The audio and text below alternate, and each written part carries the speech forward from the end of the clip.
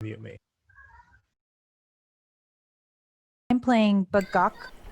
He is a feisty little Kinku ranger who is lawful evil and is a mercenary hired to kill people.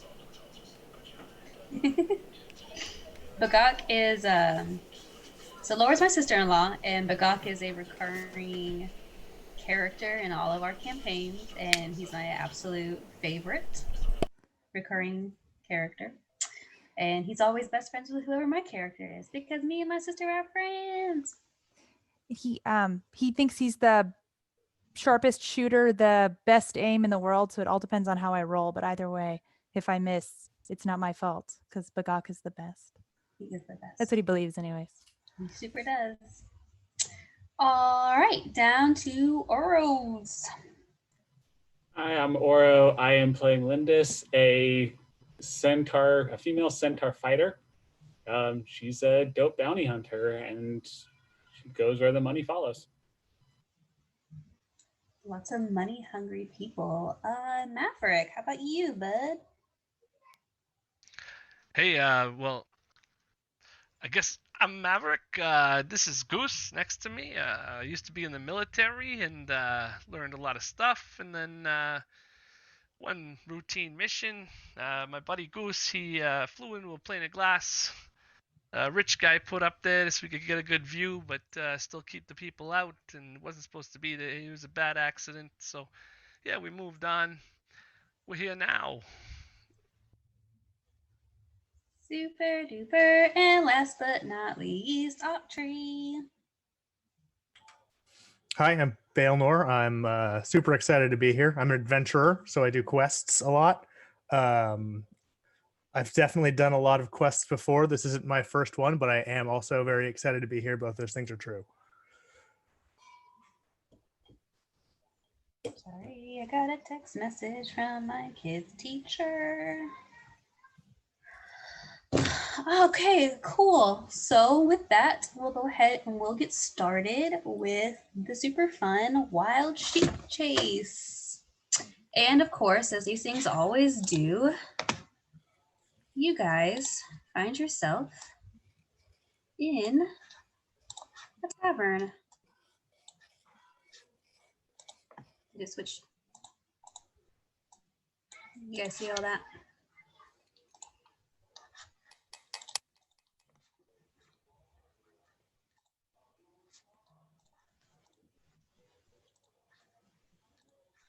You guys see the tavern? Yeah. Okay, cool. Beautiful. Cool. No tokens, just a tavern. Yeah. So I know that we just introduced our characters, but we're gonna go around again. And the first one to come into the Manticore's tail, like ale with a tavern, the tail, is our good friend Bagok.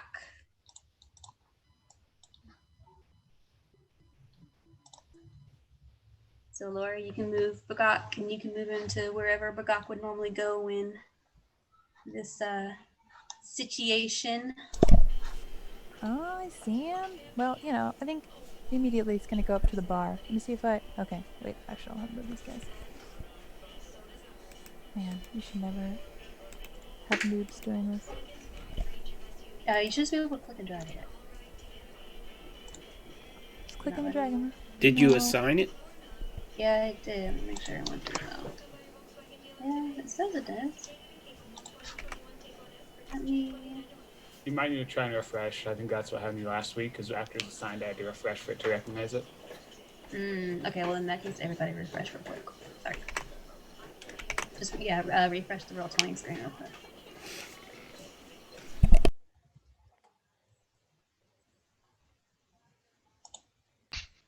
Maybe just put us all on the ground down here, just so we can see if it works for everybody at the same time.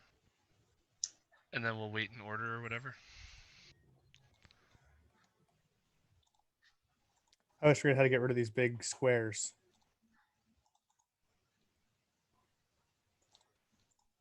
Which big squares? Over in the settings, you can make it so that all of the Settings, scroll down, and then chat avatars. You can turn it to names only since we're not using.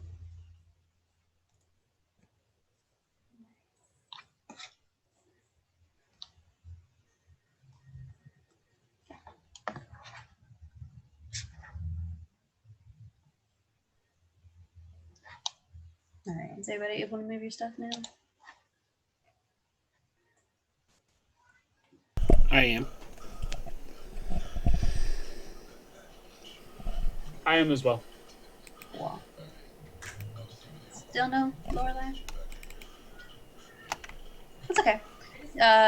So just use your pointer and put like the way that you're dinging. Just I'll move him to where you would like to go. Over here. Super cool. Okay. Oh, okay, so yeah, just everybody, let's go ahead and put yourselves where you would like to be, where you think that your character would normally be hanging out in the Manticore's tail. Excuse me. I'm walking here. Music. You can hear it? Yay! Yay! Yeah, you guys are just hanging out, Manticore's tail. Not doing too much of anything. Hanging out, resting, having a beer, relaxing after your latest adventure, counting your coins, looking for potential work, or just hanging out. Nothing to note too much. Pretty Manticore's tail's on the outside of a fairly decently size. I'm gonna call it a town. And everyone's kind of just hanging out when all of a sudden you hear the sounds of some very large hoofs, maybe, coming from outside, and coming through the door you see a big old sheep.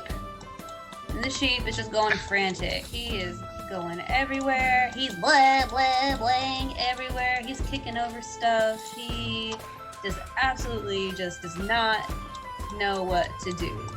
And even the other patrons, you know, there's a couple bartenders around the bar. There's a couple other people besides you guys hanging out doing the same thing. And he's kicking over their chairs, and everyone's, it's obvious that this is not normal. So as he's sitting here kicking things, blah, blah, blah everywhere, he takes a quick second and he looks around, and he is going to go up to, let's see, he's gonna go up to,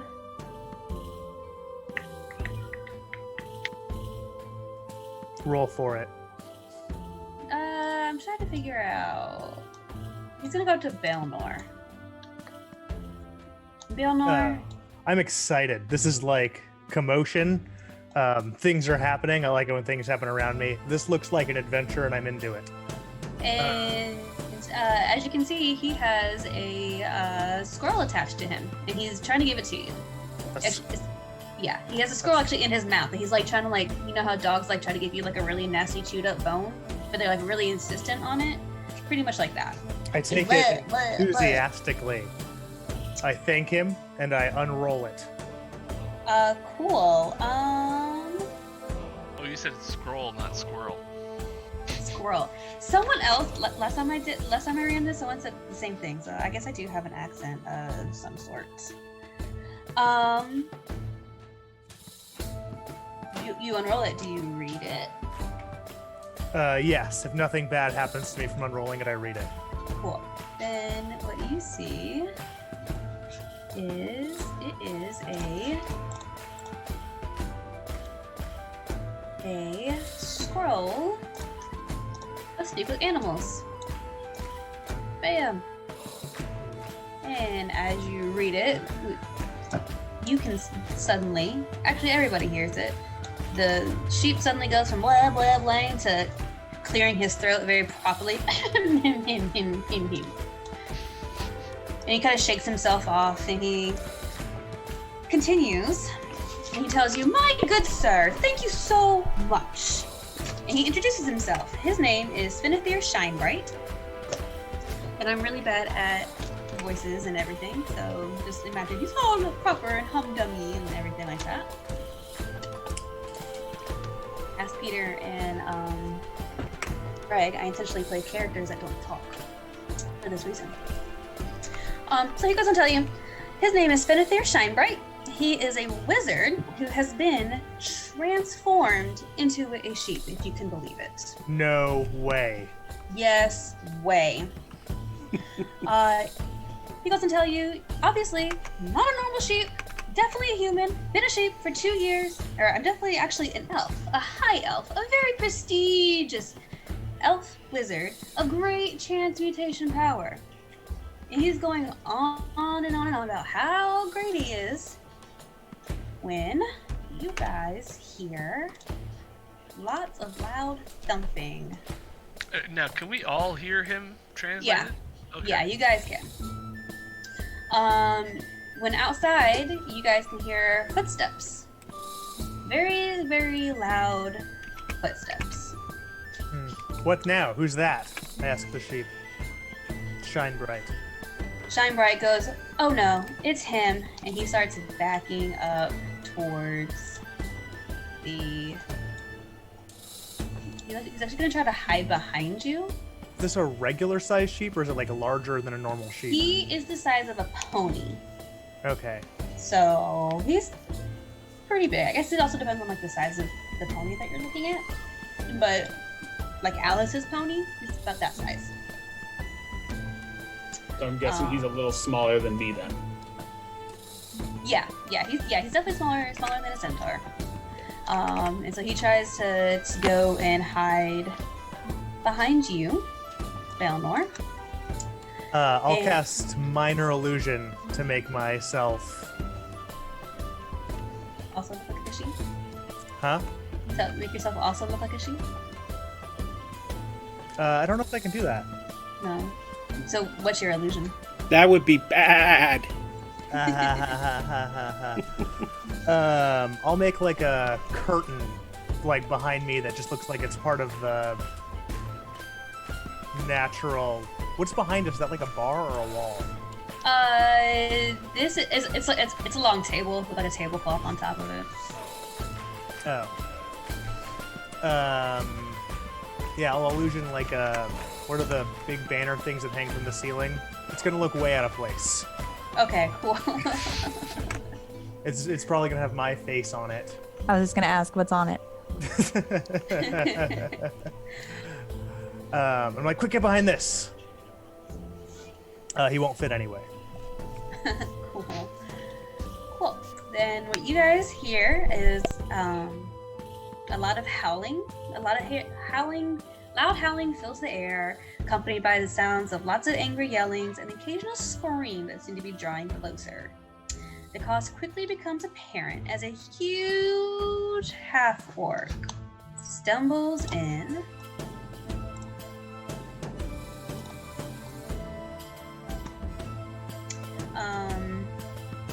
And he is just pushing anybody in his way. So all of the tables and the chairs and things that Finithir knocked over, he's kicking them all out of the way. He's moving all kinds of stuff all the way around. Small child, look out! Why is there a small child in here to begin with? Must You people should ask. have a bow. I'm drinking milk. I'm gonna try to take the weapon away from the small child. Tell and like bring it behind the bar. And then also with him, You gotta catch me first. Hey, goose! also with him are Nana, nana, boo, boo. 3 wolves, all with collars on. I love this music. Oh, thanks. Those are just whatever is on Roll20. So he comes in. He's followed up with this gang of wolves.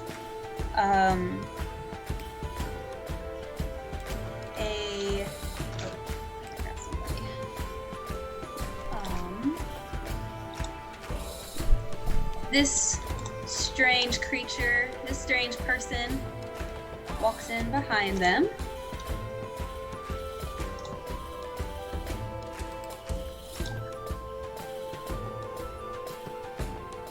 If anybody wants to roll a perception check on that, you'll notice that he's Grandpa! very lanky. Doesn't seem to walk quite right.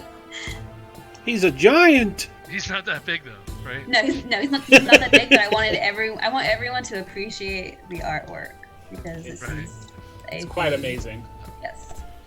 Bring it back down and then click the token and then hit Shift Z. And then you can pop it up on the screen if you want. It's majestic. Oh, cool. Never done that. That's fun. This is a Yeah. quick show. Yeah, super quick show. Yeah. Yeah, no one's actually this big. Well, except for this dude. Yeah, so that's everyone that follows in behind him. He comes in, this half-orc gentleman comes in, and he's very large, very intimidating, has a giant greatsword on his side, and he's looking around. He's looking around at everybody, and he tells everybody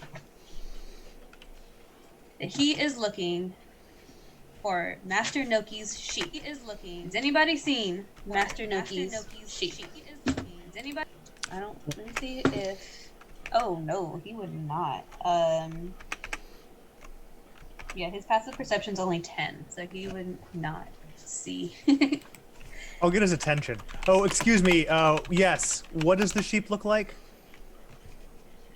Now, obviously, he's a half-orc, so he's not very intelligent. So he holds his arms out to the side, all funny, and he goes, about this big, blaz a lot, eats a lot of grass, white, kind of black, but white, but kind of black. Well, that narrows Blaz it a down. lot. I have a sheep. Let me see if it's yours. I like duck behind my illusion, and I'm like, "Are you this guy's sheep?" Benethir tells you, no, I don't belong to anybody. As I said, I am not a sheep. I am a wizard of great transmutational power that has been transformed by my mutinous apprentice for no reason. I belong to no man, much less that imbecile.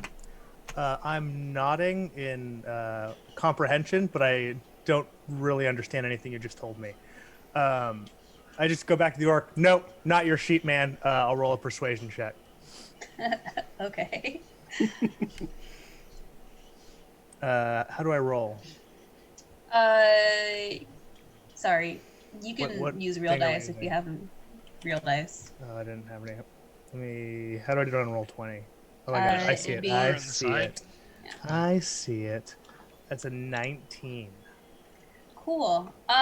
He knows that the sheep is there, but he believes that you don't have it. He's not very intelligent. Yeah, he got a 12 against your. So he is looking around, but the wolves are not quite as convinced. They're going to start moving around.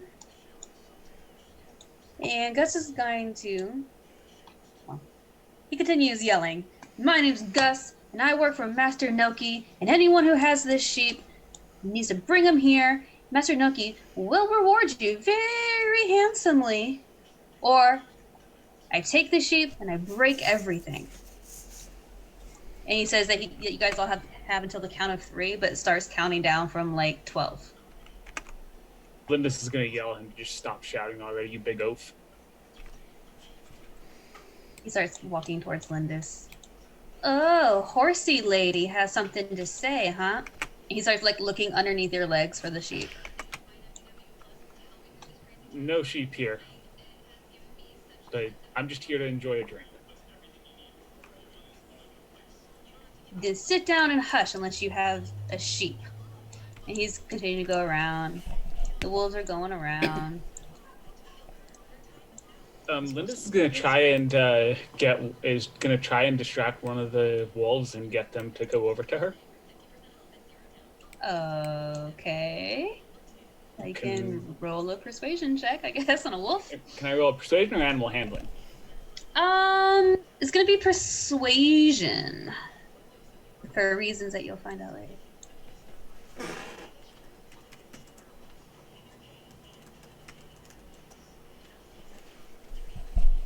12. Yep, nope. Wolves keep on keeping on. Keep on keeping on. And this wolf is gonna go around Maverick.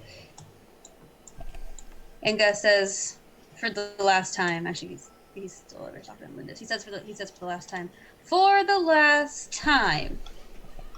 Anyone who has any information, we know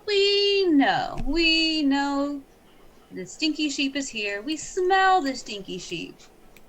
If anyone wants to bring him to us, Master Noki will offer you magic and money and women, or hey, whatever you might be interested in. Cupid stands by the door and says, "Hey, is that a sheep out there?" Out where? Outside, it just ran through the trees. Are you at the door? Yes, I am.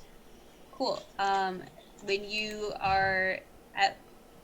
get to the door, you see that there is a massive brown bear and more wolves right in front of the door. Oh, how cute! Can't stay. And then the bear's gonna come and basically sit right here. And with that, because he's still over here, Gus is going to take out his greatsword and swing on Lindis. He's going to make a reckless attack on Lindis. And does a... that's... The 18 hit you, Lindis. An 18 does hit me. Alright. He's going to do 2d6 plus 3. Hey, that's not very nice. Can't we all just get along? That's 14 points of slashing damage. And Ow. go ahead and roll initiative. What's going on here? This is crazy. It's going down. This is happening, I say. This is happening. I rolled a 14. Okay, give me a second. Let me see. We're going to do the infamous turn tracker.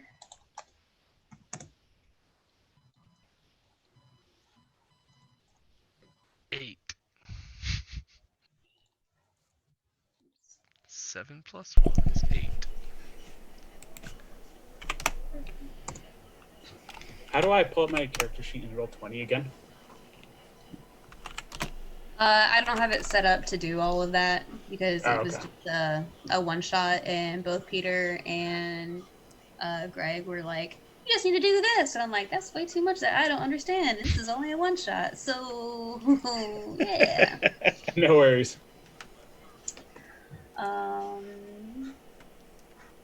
Maverick is a B. I got a 6. All right. You can just, I think, right click and add turn. Yeah, that's what I'm doing. Right. Bagak, what did you get, my love? 13. Okay. Let's see. Lindis? I rolled a 14. What's your dex? It's a plus 0. Okay.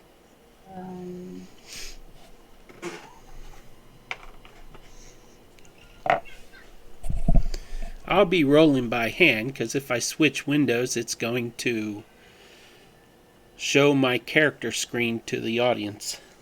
Don't do that.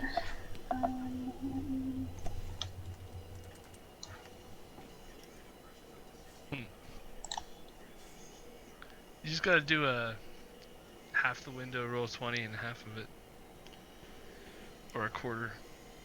That's okay. I don't mind rolling by hand. I got my character's page open in my laptop. Okay. It's got a 1, so that's fun.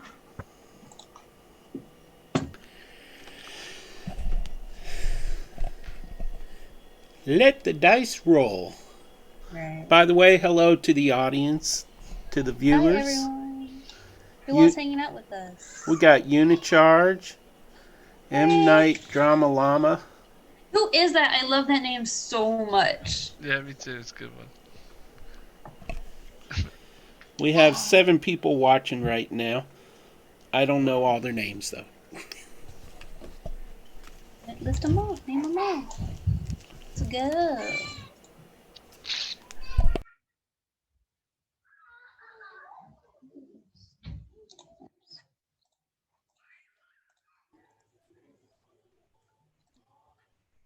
There we go. All right.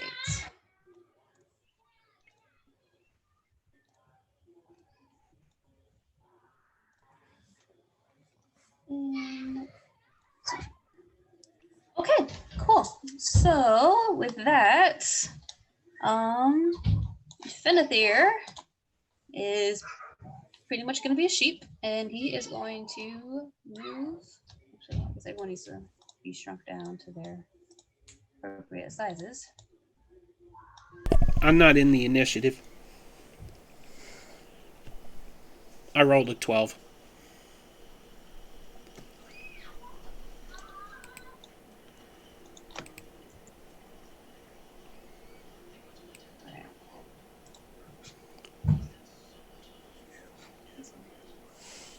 All right, cool. He is going to move his full 40 feet.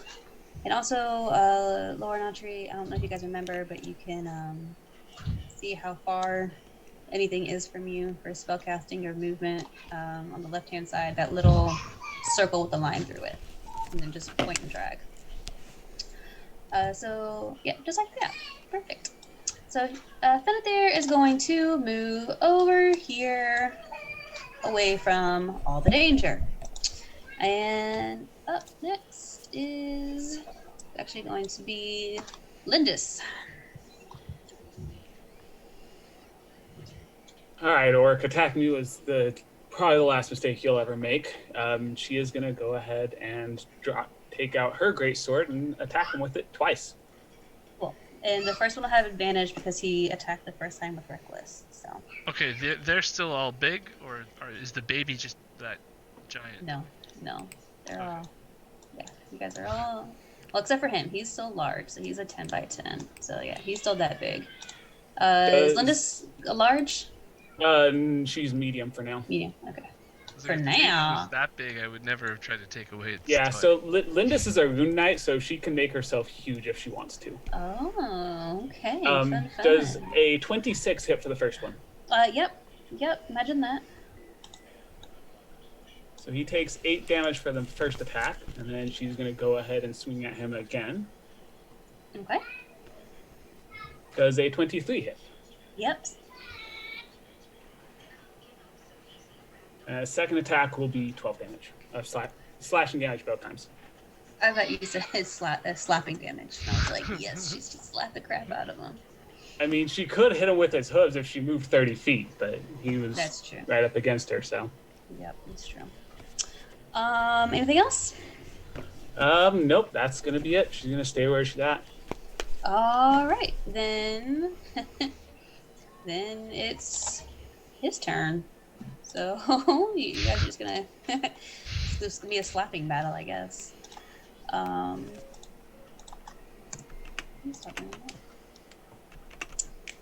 yeah, he's Yep. So he's gonna attack Lindis again, and that is a 24. That'll hit. This is actually a Warling Greatsword. Oops, it's cocked. Too many dice in my bowl. That is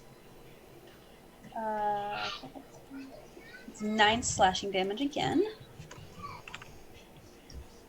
And he didn't give this guy an initiative, so he's gonna come over here. This is just my 3 owls in a trench coat that I like to have everywhere with me. And yeah. On to that is Bagak. Hope it's not an echo. I'm gonna draw my longbow. Okay. I'm gonna like think about shooting the sheep because he brought a lot of ridiculousness in on us, but I'm gonna shoot at the orc actually. All right, go ahead. Oh. I'm so sorry, stupid mouse. That's my mother. Is she just talking? Yes, that's talking.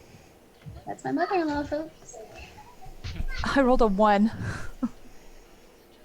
Okay. I think technically you have advantage because he's in combat. He's engaged with Lindis, right? Experienced DMs? No, No? Okay. that's Okay. for if you get sneak attack if you That's just for have an rogues. ally. Okay. If you have an ally, yeah. Right. You should have said that in a Christopher Walker voice. He's not a DM. Maverick doesn't know anything about D&D. But nobody argues with him.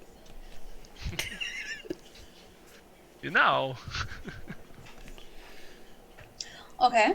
Well, a 1 is going to miss way off. You know, it comes up and hits the windowsill up here. Does Bagak want to do anything else? Yes, I mimic. Finifear, imbecile, and I scream it in his voice at the orc. Because didn't he call him an imbecile? Yeah. I just think that's his name now. Like it. Love it. Cupid is up next. Oh boy! Cupid is gonna hover and fly over to here. And So, as an Asimir, you don't have your wings out all the time. then he jumped. Okay. He Yes, thinks he's hovering, okay? Don't spoil him. His dreams. So in my head, like I'm imagining my son, my 2-year-old son, just like.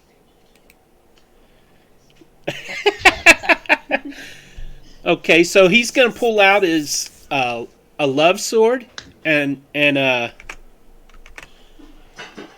sounds really bad. At least you didn't call it a love gun.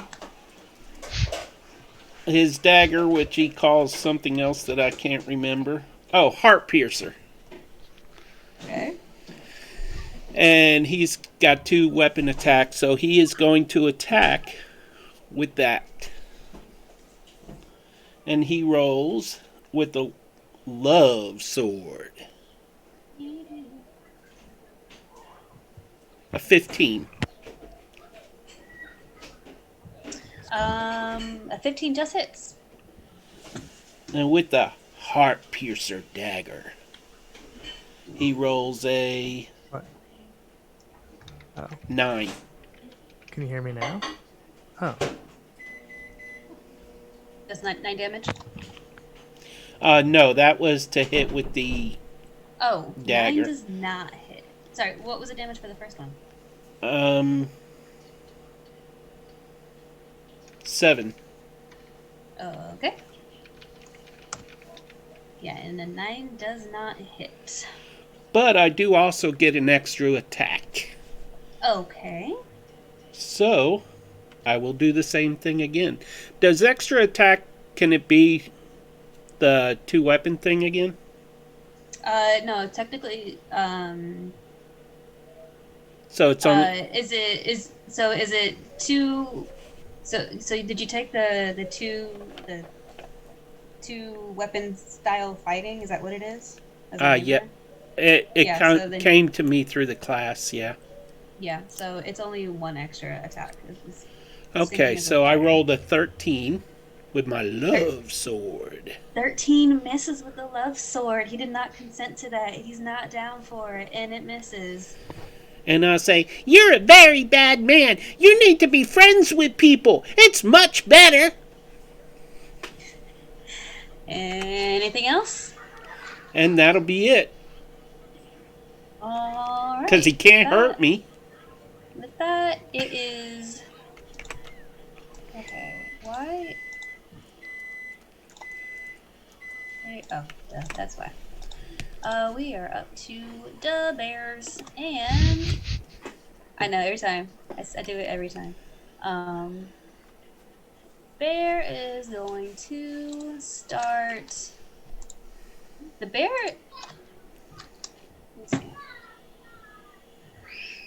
So the bear heard Bagok make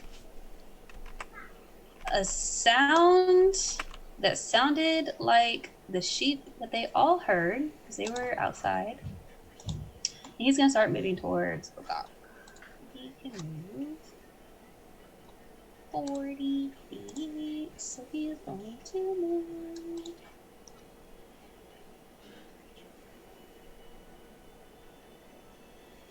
Up to there. That's all. I can't see your brother-in-law. Brother. He's camera shy. Yeah, I think they're having this. I see his eyebrows. Oh, it's like too high. And with that, it Oh, is... I don't want to see that part. Cool. Hey, there he is. Up to Maverick. There's a fine line. Okay, so the bear has yet to do anything aggressive to anybody, or is he like looking like he's going to hurt somebody? Nope. Nope. I mean, not particularly aggressive, but it's obvious that they are looking for, So he will attack somebody if need be or whatever, right? if need be. If you want to roll me a quick perception check. Sure. Perception. Bam. 15. All right. So yeah. So you see that as the bear is passing by you, you can see that it has a collar on basically, and if you look around at the other wolves, you can kind of see through their fur what appears to be a matching collar as well.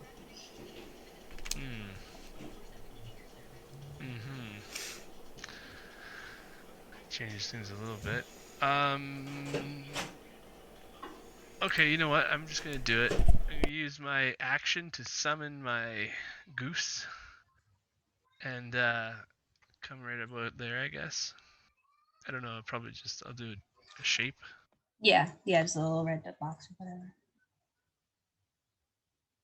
He's a 5x5, so something like that.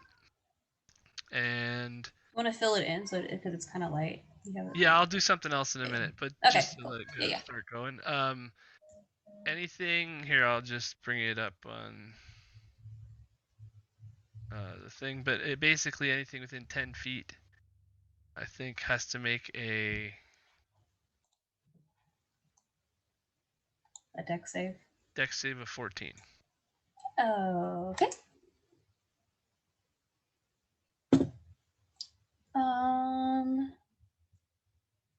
Orc man got a 13, and brown bear got a 12. So they both fail. Woo. So yeah, he it's 2d6 fire damage that comes out. Okay. 7 fire damage. And so then that's my action, and my bonus action is that I can command him. Okay. And then so he's gonna teleport away, and they can both make another dex save.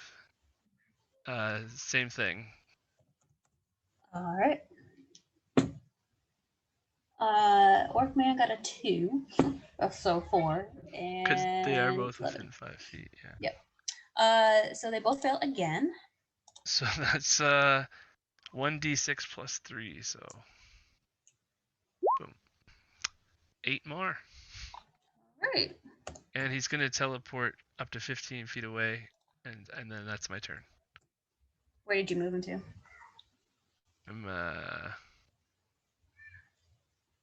right here. Is he setting things on fire also?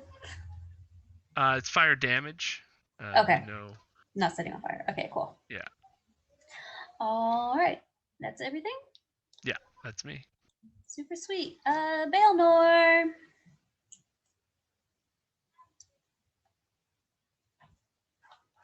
All right, so these guys are wailing on this orc, and there's 3 wolves and a bear running at us, right?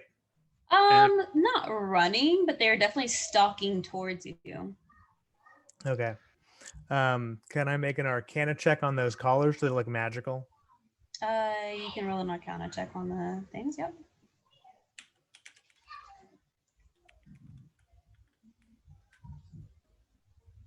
Are there other people in this bar? Yeah, and yeah, we'll say that they have successfully exited the building, and the bartenders are just kind of, this isn't really typically a super body bar, so they are kind of just hiding behind the bar. I got a 22. What can I tell about those collars? So the collars are not magical themselves. They do seem to be identifying, almost like a I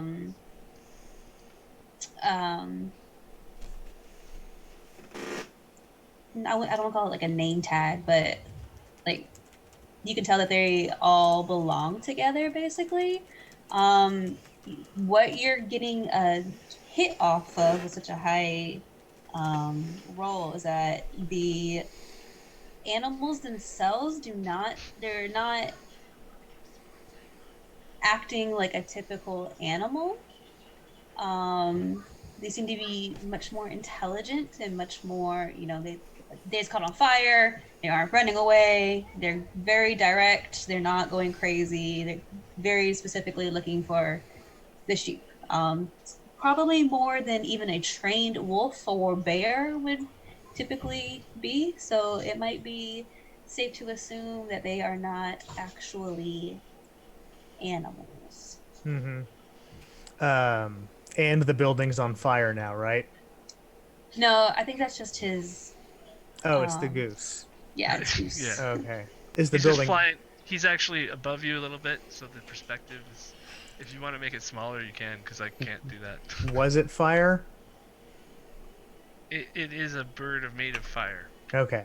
You can Okay. see like wooden sticks or something. I'm gauging the together. probability of the tavern going up in flames, I'm checking for fire exits.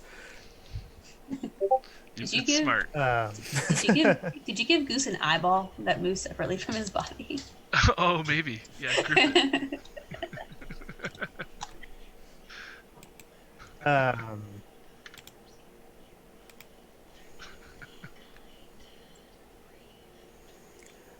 I say, we got to get that sheep, and I chase after the sheep. I run away towards the sheep. Okay.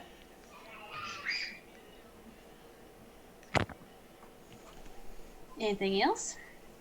I guess that's it. Cool. All right, on to the wolves. Again, they are moving very intelligently towards Mr. Benavir.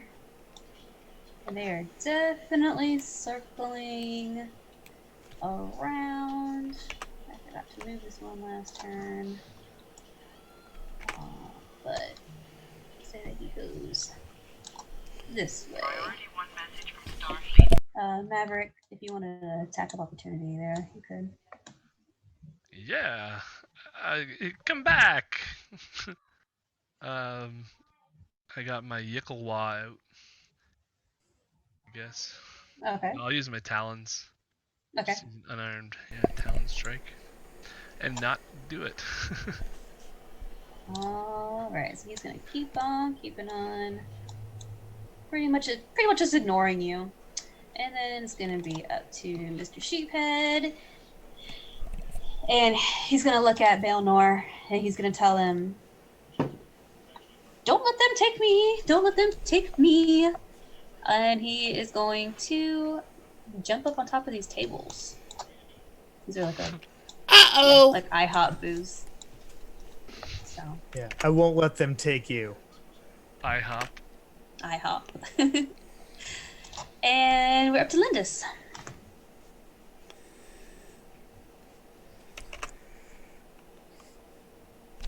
Lindis is once again going to take 2 swings at the Orky.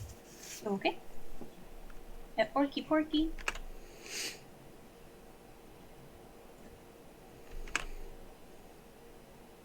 I am going to assume that an 11 misses. 11 misses.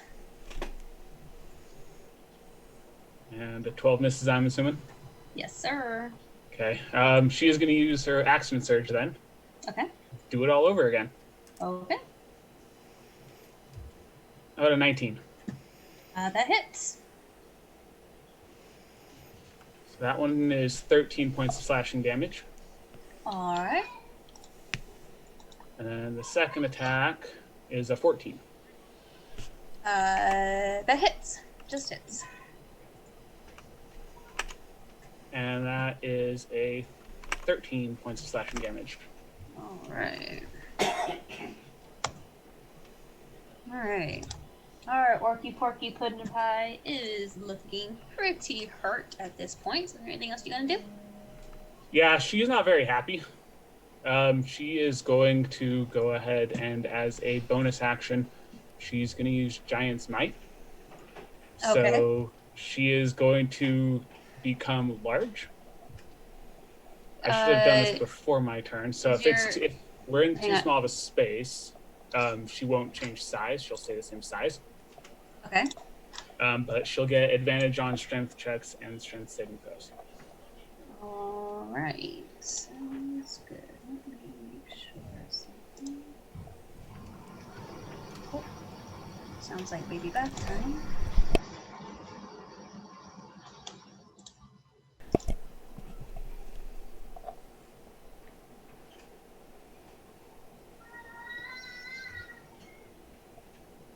Okay, cool.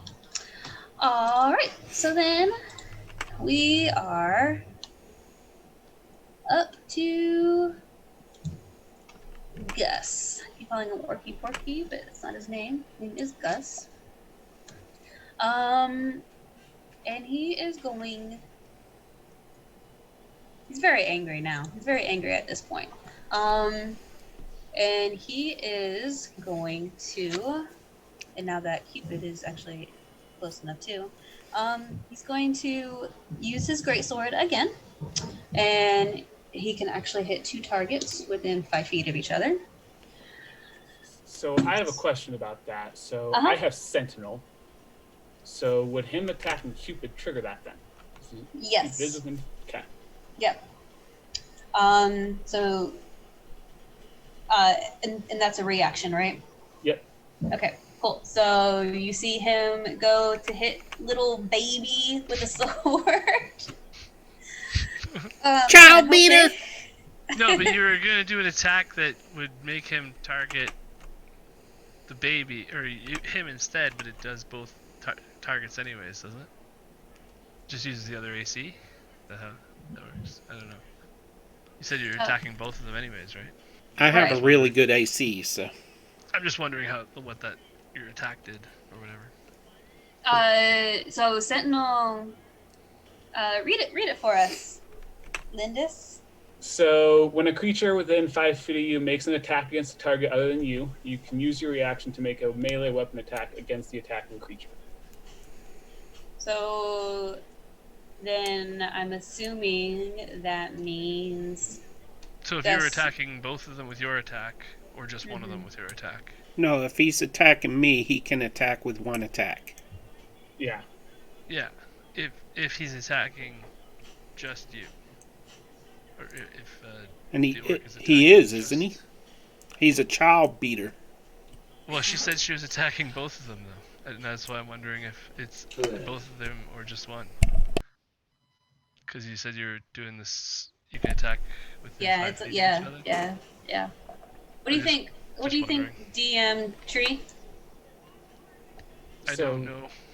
Is he right-handed or left-handed? Oh yeah, get that attack, man. Right.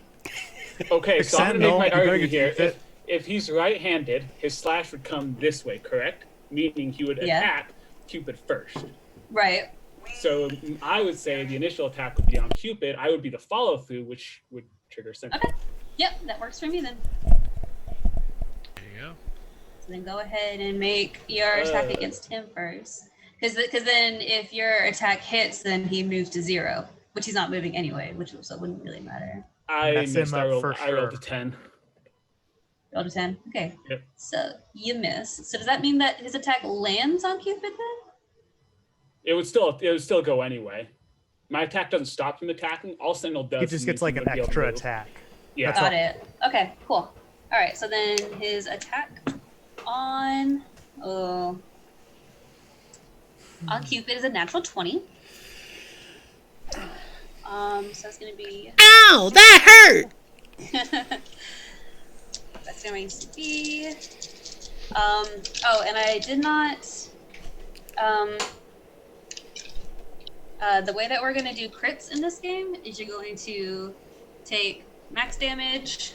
So in this case, 2d6, so 12, and then do your regular 2d6 plus 3 and add it together. Does that make sense? So it would be your max plus your regular plus whatever your damage roll is. Make sense? So you're adding everything. I want my mommy! Yeah. So that is going to be... It's going to be 22 points of slashing damage against Cupid. You're a bully! It's another nat 20 against Lindis. Jeez. This dice. Let me introduce you guys to my baby, because she always does Mama proud. So that is Jeff needs Jenn rolling for him. right. So, but on my 6s, I rolled 2 1s. So that is only 17 points of slashing damage. And this does not look great whatsoever. All right.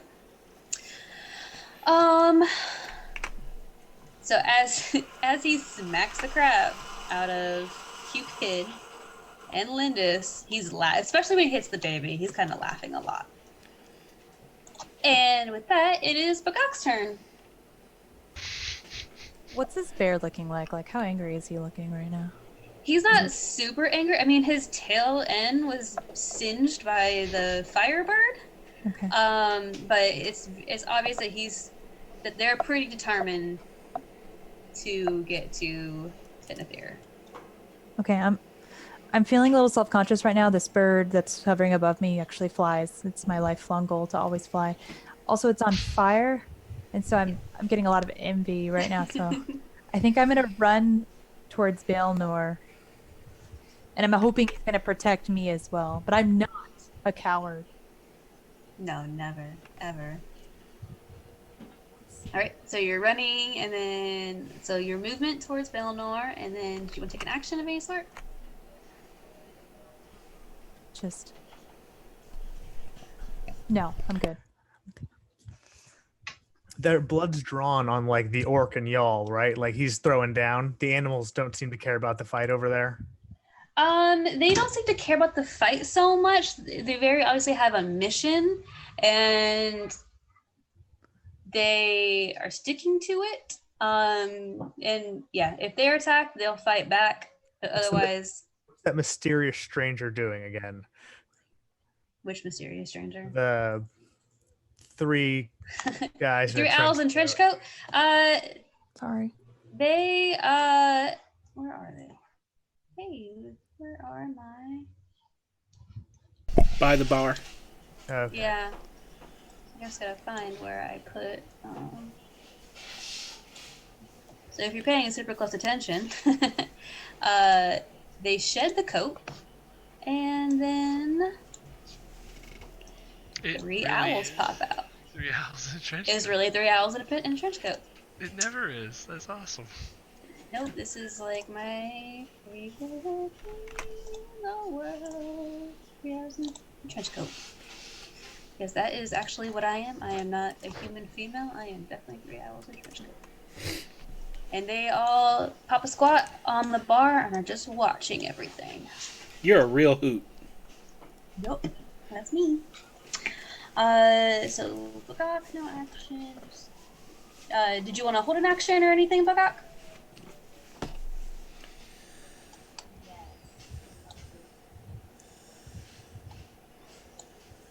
What kind of action do you want to hold? What's your trigger and stuff? Oh no, just not. No, that's okay. I'm not holding. I'm not gonna hold an action. Okay, Sorry, cool. I'm just having so much issues with everything. Yeah, try refreshing. Is one thing I could think of. But there, yeah, I don't know. Okay. Cupid. Cupid is going to look at Mr. Orc, whose name is Gus, right? Gus, yes. And he's going to say, Gus, can't we just get along? I mean, do you know what you get when you cross an angry sheep with a cow? An animal in a bad mood! And then he's going to hit him with his love sword. Okay. When you told me that you renamed everything, I did not think that this was going to be an issue.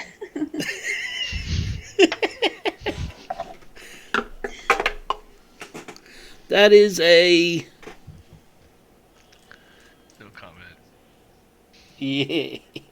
Family friendly. Well, it's 18 plus 5. Where's Morgan? Oh, 23.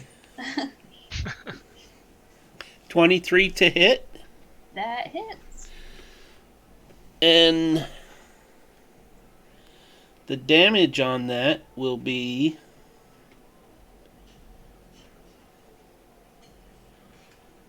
a whopping 3 points of damage. And in my other hand, I have my heart-piercing dagger. Okay.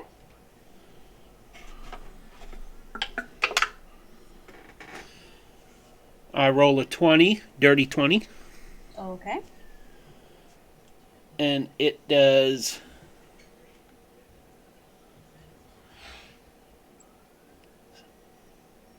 7 points of damage.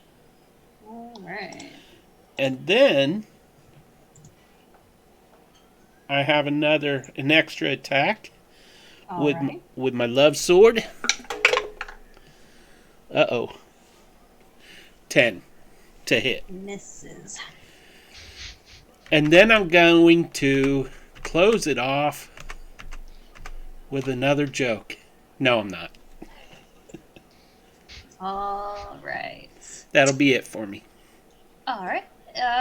So this bear now sees the phoenix kind of in front of it and taunting it. So he's gonna try to swipe at the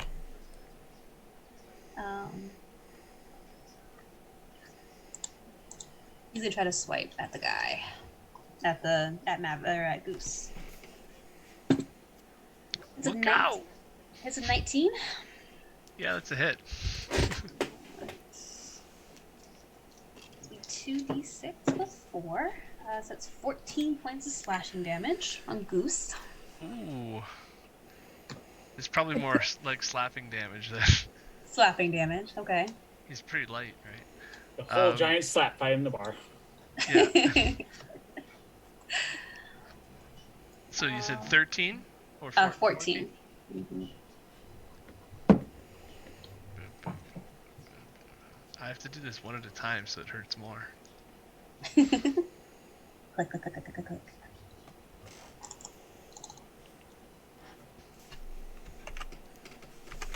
Alright. It's gonna be his turn. And now Justly So Maverick.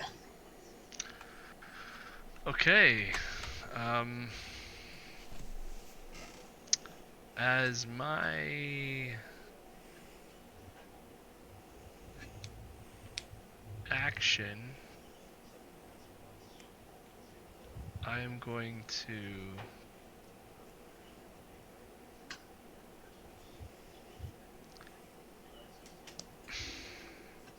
cast a spell. Seems like everybody wants to run towards the sheep, right? And I'm still looking over here at how there's a baby being attacked by a giant orc. So I'm kind of like trying to figure out what's going on here. And I think what I'm going to do is cast the thorn. What is it again? Halo thorns? No, spike growth. Oh, okay. Boom. Maybe?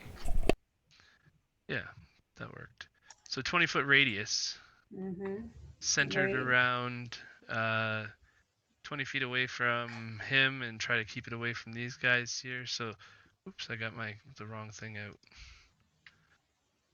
Yeah, probably somewhere over here, just so I can get those two guys and basically like this edge.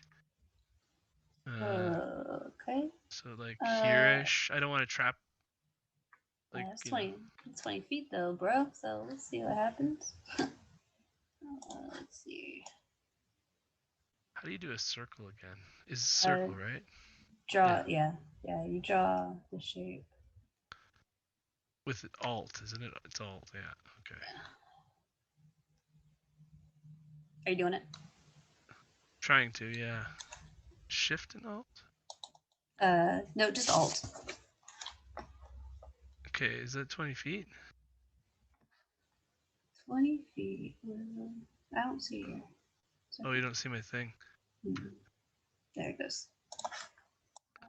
No, it has to go a little bit further. Not to here. Can you make that bigger?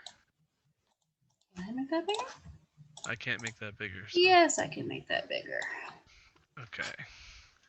I was going to center it somewhere over, just outside of these guys' range. I don't want to hit them with it, but I want to get somewhere over here probably, depending on how big it is. It's supposed to be a little bit bigger than it is right now. And then for my bonus action, I'm going to command the Phoenix guy to fly down to here.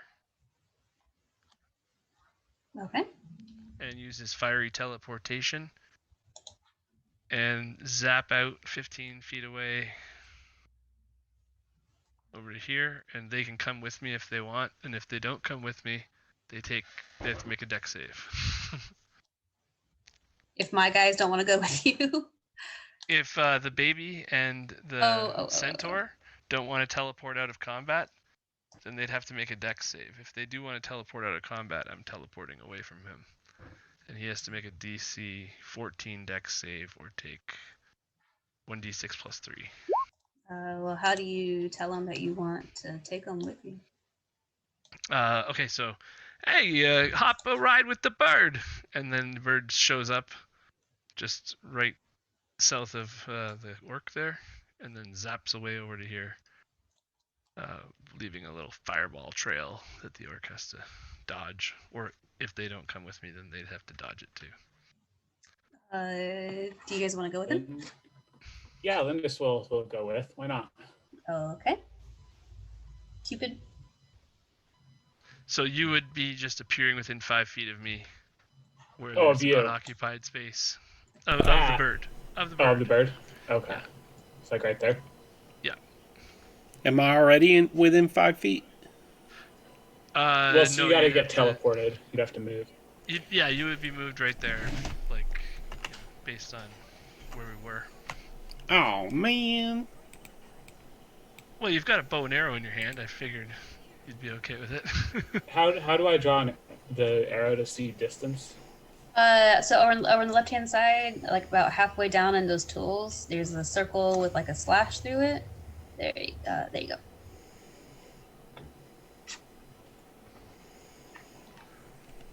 That's me. Okay. Belnor. What you got, brother?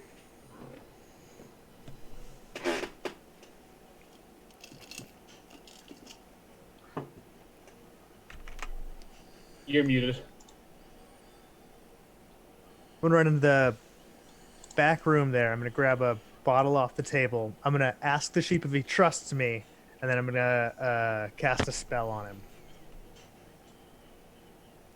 I don't think he would trust you. I'm gonna get him out of here. Okay. Okay. Cool. I'm gonna cast gaseous form on him. I'm gonna turn him into a little cloud sheep, you know, Okay. and then I'm gonna point him in the bottle. He can go in it if he wants or not, or he can just float away. Cloud sheep? That's different. Yeah. What do you get a sheep when you cut off his legs? A cloud! Yeah, he'll jump in with you. Sure, why not? Cupid, you hear an audible face slap as Linda smacks her forehead. I mean, I've never met a baby who can tell a dad joke.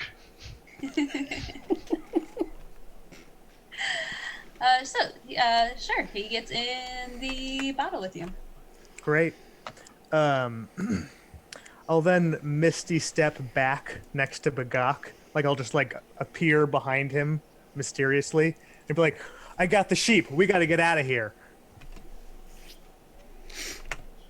All right, super And that's my cool. turn. Cool.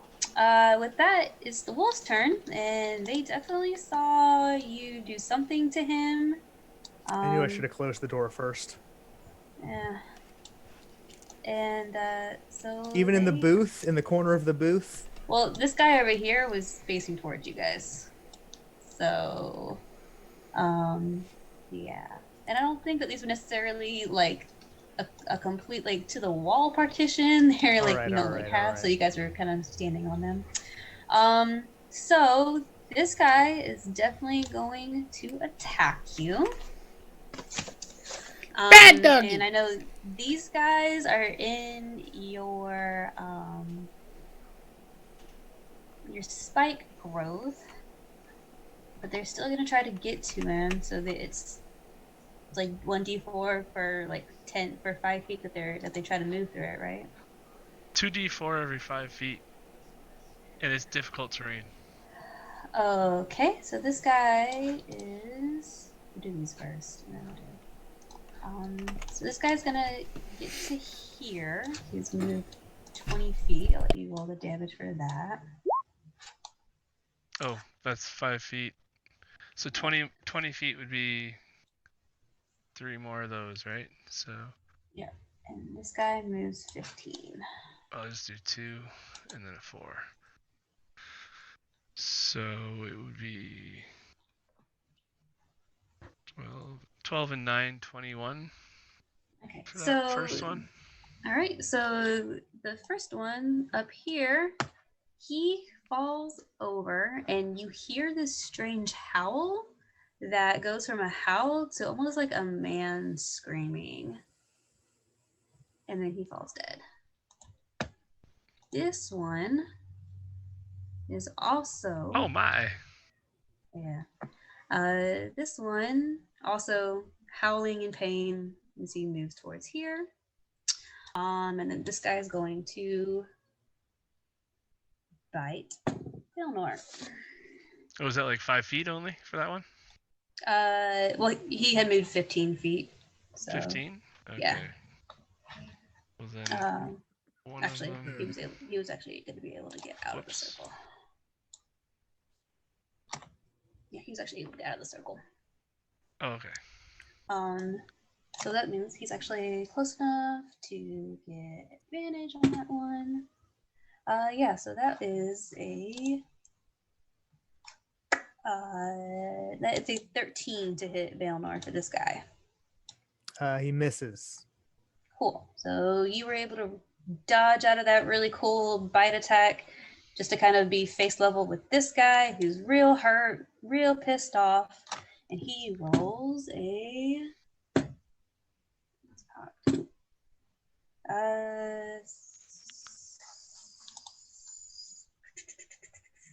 it's only an 11 to hit. they- Nice puppies. Nice puppies. Yeah, exactly. How long does your gaseous form last? Just curious. It will last up to 1 hour with concentration.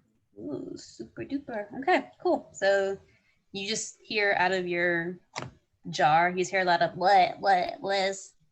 And he's just kind of like testing the echo inside of the jar, like a genie.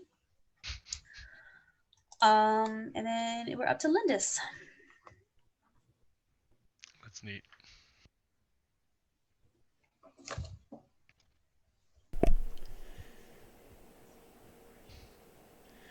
Oh, you're on mute. Oh, my bad. So Lindis is going to move to here, about 10 feet, and then charge to the orc and use charge.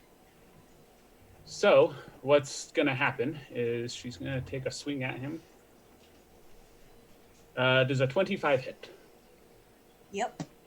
Okay, so he's going to take 11 damage plus a d6 because she's in giant form. Okay, well, I can go ahead and tell you that you squish him like a bug. Oh. And she is going to stand over his body, not very happy at him. All right. So that would have been his turn. But I had another joke. But he did. Well, then everyone in this room should thank me that this works dead. I'll say it anyways. Bakak. Wow. Is this wolf that's in front of me is 5 feet away? Yeah. Cool. I'm gonna try to valiantly shoot him with my longbow. Okay. Let's see. Uh-oh, lost my roller guy. Grabbing him. So are you like actually shooting him with like the longbow, or are you like stabbing him with like the No, arrow? I think I can, as long as it's 5 feet away, there's no penalty. Oh, cool. Okay. Oh, because you had the archery. Yeah. So I'm gonna shoot up 21. Does that hit? Yeah, that hits. Nice. I'm so excited. I'm so proud. For like a second, I'm just like standing there like, okay, let's see. Sorry, get this. It's a D8. I think I can add. Sorry. Can you see it? Did it roll? Yep. 8, Perfect. and 8. And with that, also, you put an arrow straight through his eye, and it's close enough where you can kind of see his face transform, and it looks like a human for a second. And again, the howls and the screams combined together, kind of, unsettling. But he falls dead to the ground. We're like, high five. Yeah, definitely tell her nice shot. Like, whoa, nice one. I have a second attack, and I'm so excited, and I'm feeling so proud of myself that I'm going to attack the wolf, the one that's by Belmer. Okay. I'm the best archer ever. That hits. Wow. That lady's great! Bakak's a boy. That's right. We have 2 gender bender players. I love it. All right, so I rolled an 8. I'm a baby. I don't know the difference. In the diaper. All right. So you definitely hit him, and that it sinks in the side of him, and it knocks him back a little bit. But he is still up, and he is super pissed.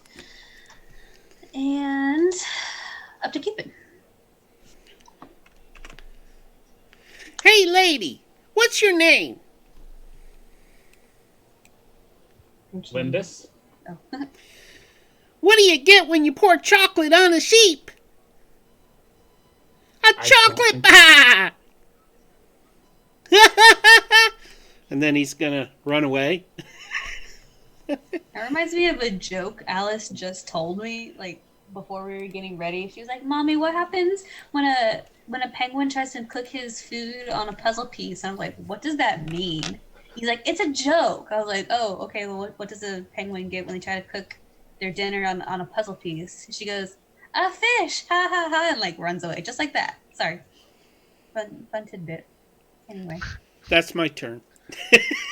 Lindis's hand is gonna squeeze a little bit on the sword for a second. Cupid, roll me a quick perception check.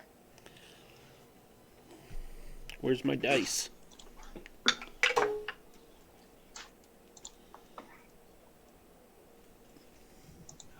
Whatever 17 plus 6 is. 23. Cool. So you notice that as you're getting up to... Oh, there's a bear there. Oh no, like you see the bear, but you also I thought the fiery bird left a mess. no. Well, yeah, I mean that too. But so as you get up to this area where Maverick's spell is, you notice that there are a whole bunch of very well camouflaged spikes in the ground, and maybe you don't want to get too close. Whoa! That don't look good!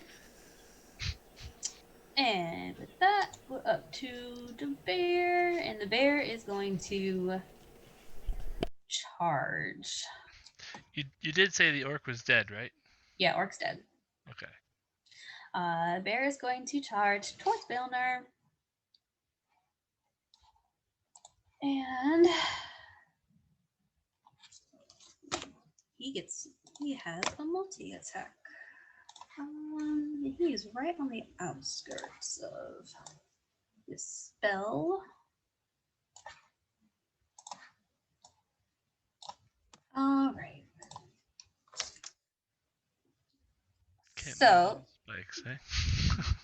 I don't know. Yeah, you can't. So he's going to take a bite out of Bilner first. And that is a 10 to hit. And then with his claws, that's only a 7 to hit. So we all know that misses because, Bilner's so cool. And I don't get to kill my DM because that's fun. And then it's Maverick's turn. It's okay. You'll get me. I Keep rolling dice. Okay. Well, I guess because my circle is now just stopping the baby from walking across the floor, I'll cast another spell. Yeah, it's concentration, right? Yeah, so get rid of that. You don't have to worry about it anymore. But I'm gonna do just for fun. I'll do. I see 2 more enemies there, so I'm gonna do. They're both within 60 feet. Scorching Ray, but I'll Is do it a that twin spell with meta magic, so I get to spend 1 meta magic point and cast it because it's a level.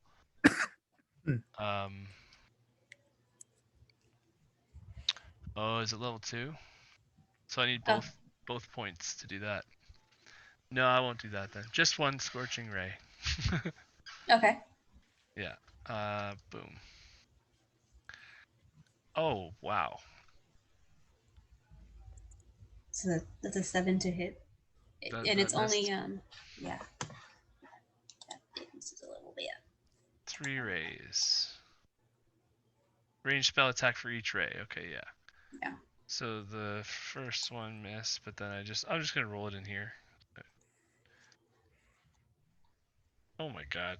Okay, well, yeah, that's gonna be 15 for one of them, or yeah, 15.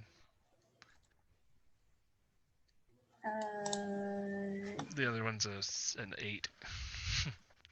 7, 8, and 15. Scorching Ray is 3 rays and range spell attack. Yeah. So yeah, the what was one it? of them probably 15 hits. Yeah. So you can take that first damage one if you want, or I can roll another one. Yeah, we'll just stick with the 9. But which one?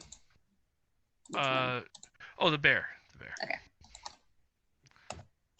Big giant bear. Okie dokie. Anything else? No, that's it. All right.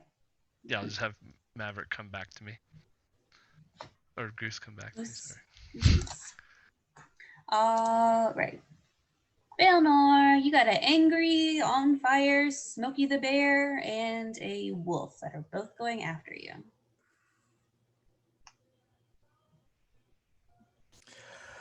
I'm out of here. Are the stairs going up or down? You're technically going up, but I don't have a map to up. Okay, then I will instead go the other way. I'll go toward the back door over here. Okay, so you're using your action to disengage. No, I'm going to use my action to shocking grasp the bear. Okay. And then I'm going to just run away normally. Okay. Shocking grasp gets a bonus if it has a metal thing, like metal armor. Does the collar count as the collar metal? It is metal, yeah. Okay.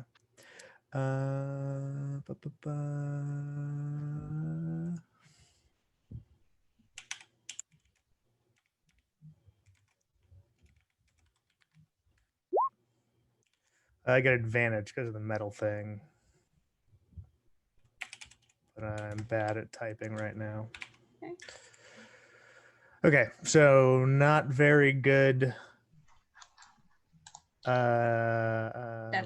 a to hit, 9. right? Yeah, it's a 9. It's like -1. Actually, it'll be 12. 12. Okay, 12 hits. Oh, cool. It takes 2d8 damage and it can't use a reaction, so it can't attack me when I run away. Because I taser it with my hand. I like grab it and I zap it. Cool. The wolf will still get an attack then. Yeah, but the wolf only has 1 attack. Yeah. Oops.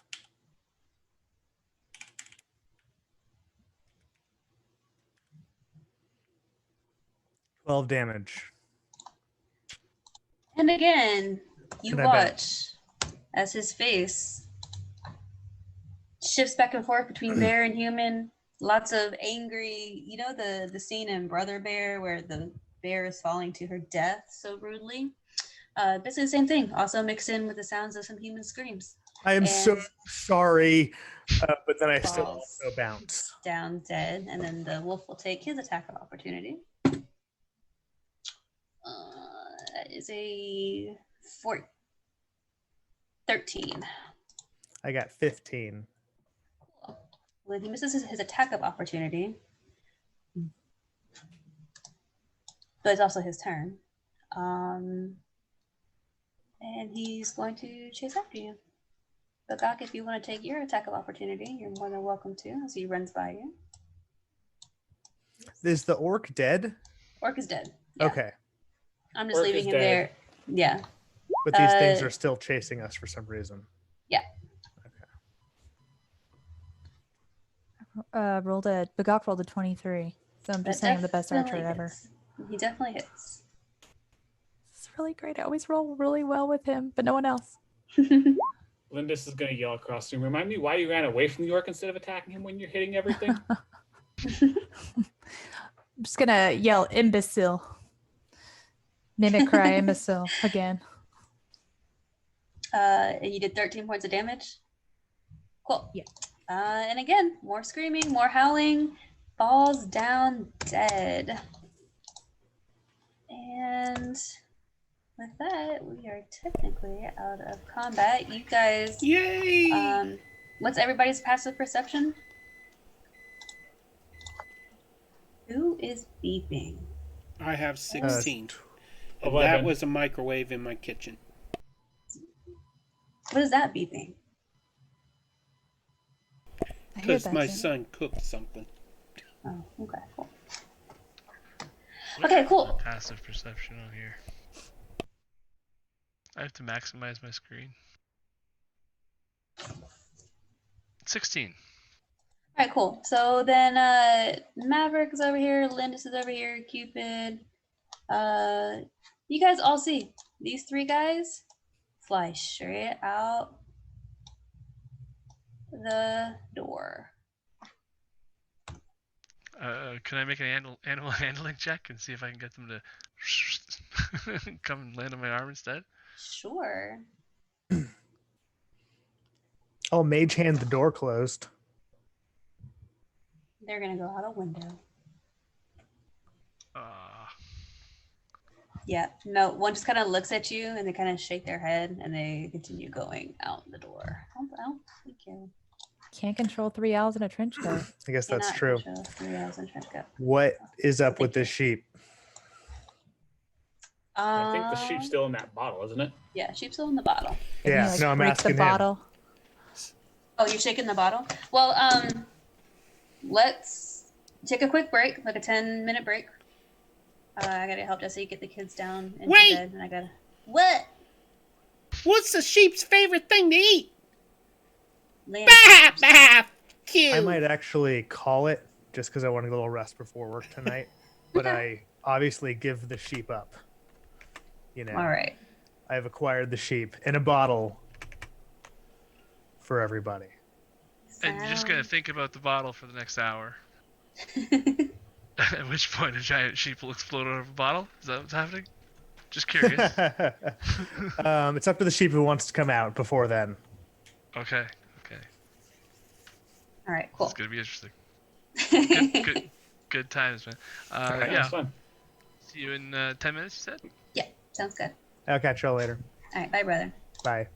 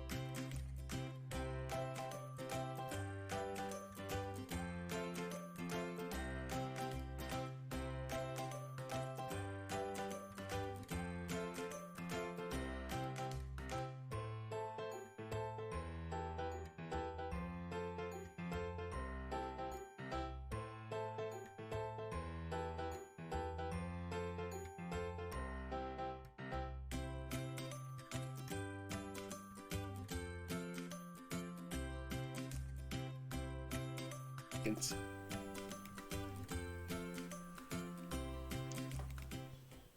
And we're back.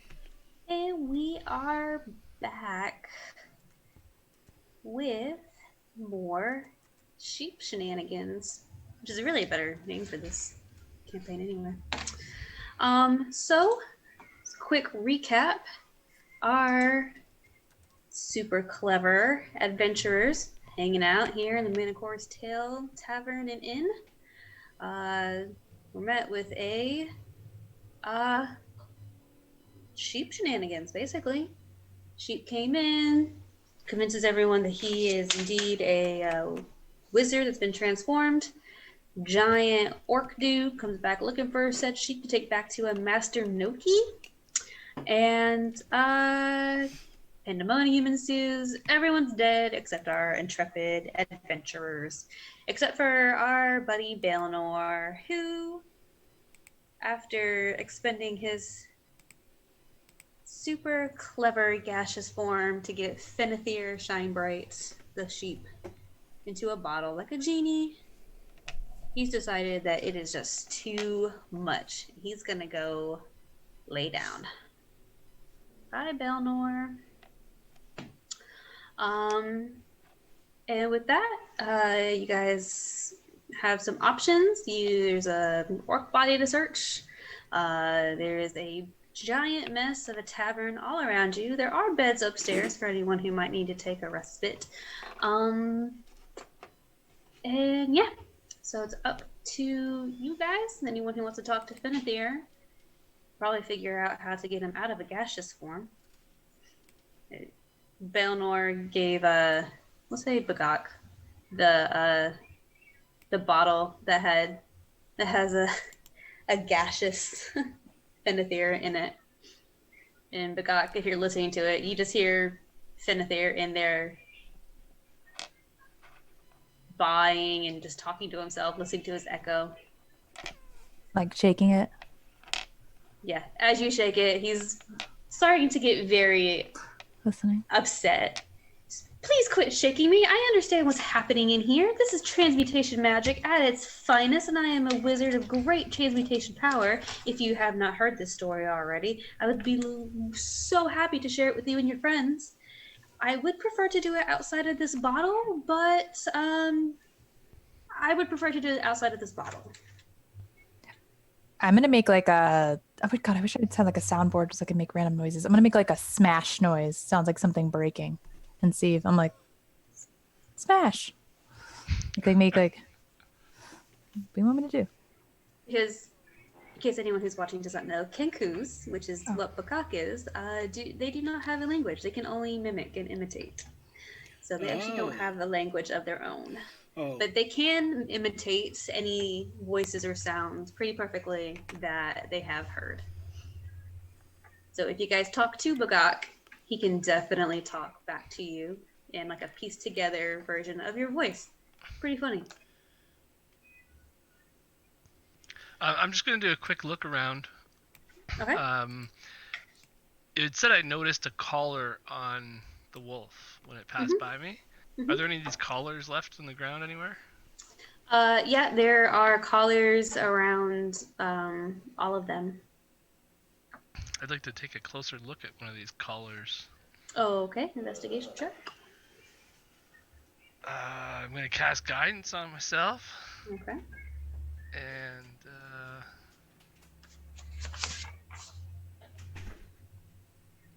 that'll help with my -1. Woohoo. Maybe. 6 plus a d4. Okay. That's a 9. Okay. They're metal. They don't actually seem like anything too special. The one on the bear is obviously thicker, if that's the one that you're looking at in particular. But they all seem to have on the back of it property of Master Noki.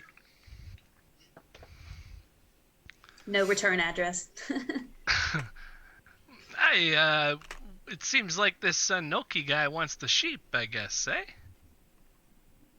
Oh, it would seem. Everybody okay? Did you say sheep? I don't have Please, no. nothing. Lindis would like to investigate the orc being a bounty hunter. This is something she's used to doing. Okay. Oh, Go bless ahead him. And roll that investigation check. Or bless her.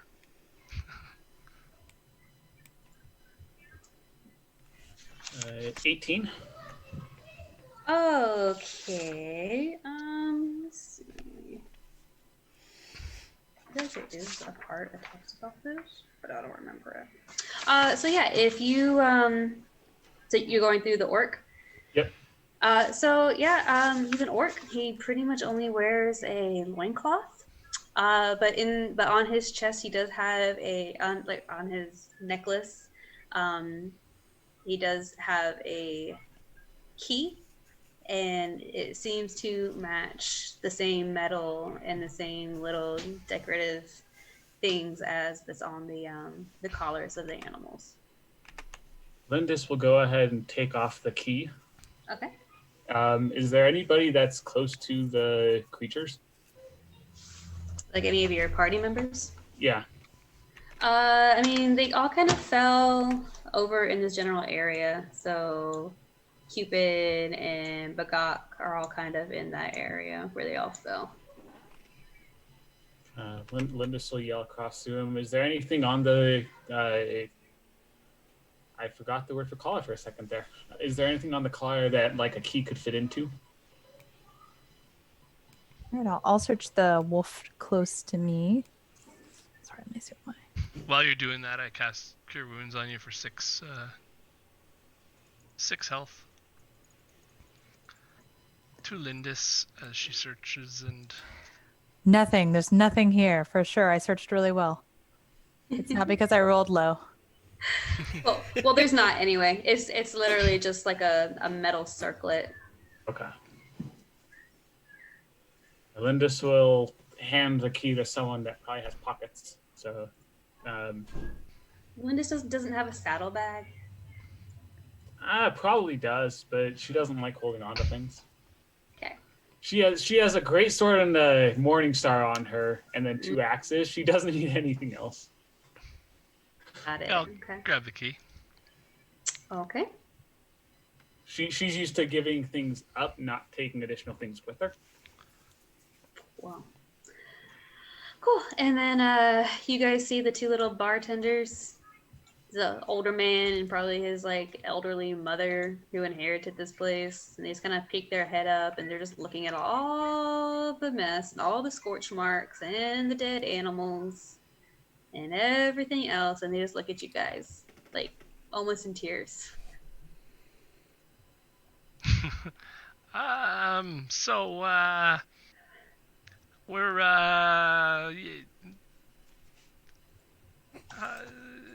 have a good day. The old lady's just gonna point towards the door.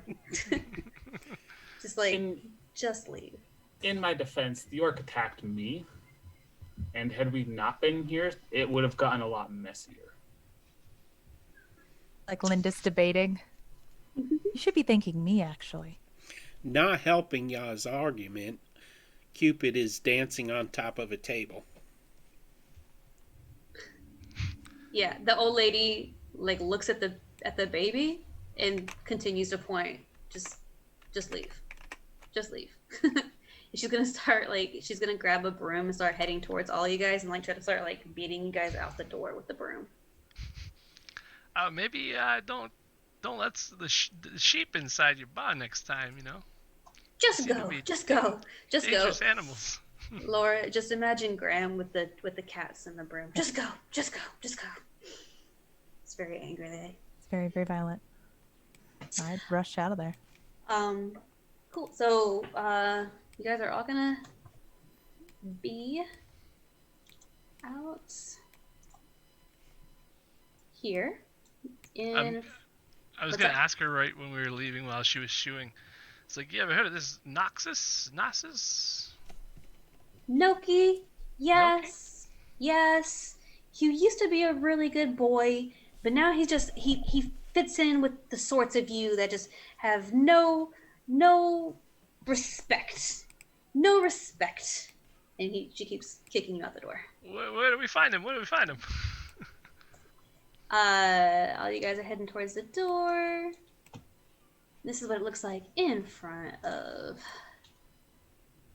the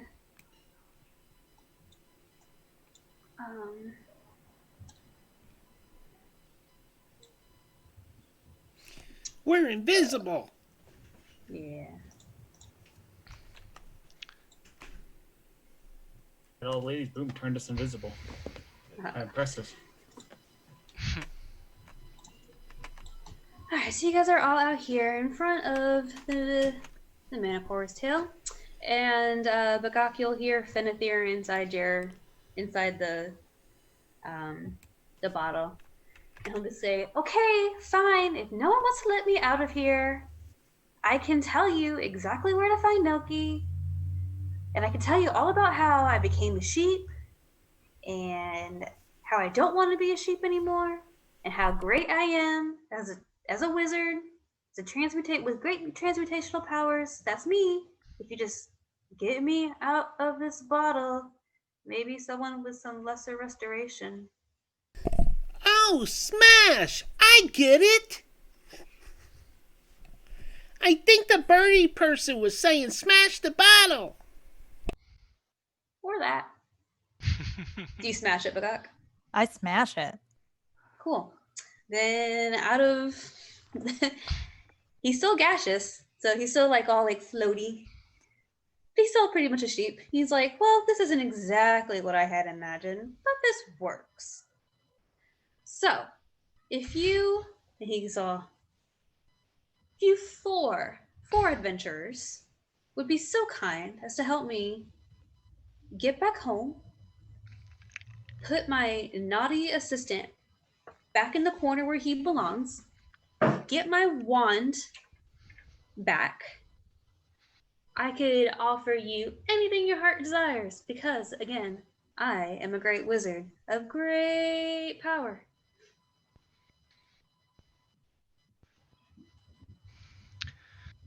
Yeah, well, I got nothing better to do today. And that was a little crazy back at the bar, so. Thank you, sir. Now. This assistant of yours, is he gonna put up a fight like this work did? Oh no! I mean, he has plenty of guards. He's a sneaky little thing. The only reason he was even able to get one over on me is he. So let me tell you a story. Picture it, my garden, 2 years ago. I'm just. It's been at least 3 months since my last meditation, and so I'm sitting down and I'm just meditating and I feel really great. I feel my great transmutational powers. I feel them just multiply. It is fantastic. But I open my eyes and there he is. There's my assistant. My assistant that I took in as a young boy. Never done anything to him. I taught him a few spells, but any assistant to a wizard should just be happy to be assistant to a wizard. Am I right or am I right? He's like looking around at you guys for confirmation. Yeah, well,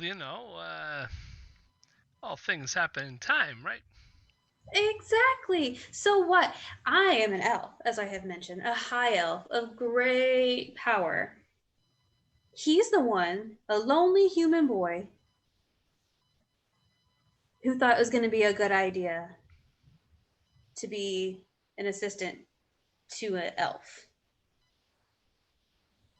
I gave him a place to stay. I fed him. I clothed him. Not in the best clothes, but I didn't have to do any of that. I didn't have to let him cook my food or make my bed, or clean my study or my potion bottles. These are all gifts. These are all gifts that he should have appreciated.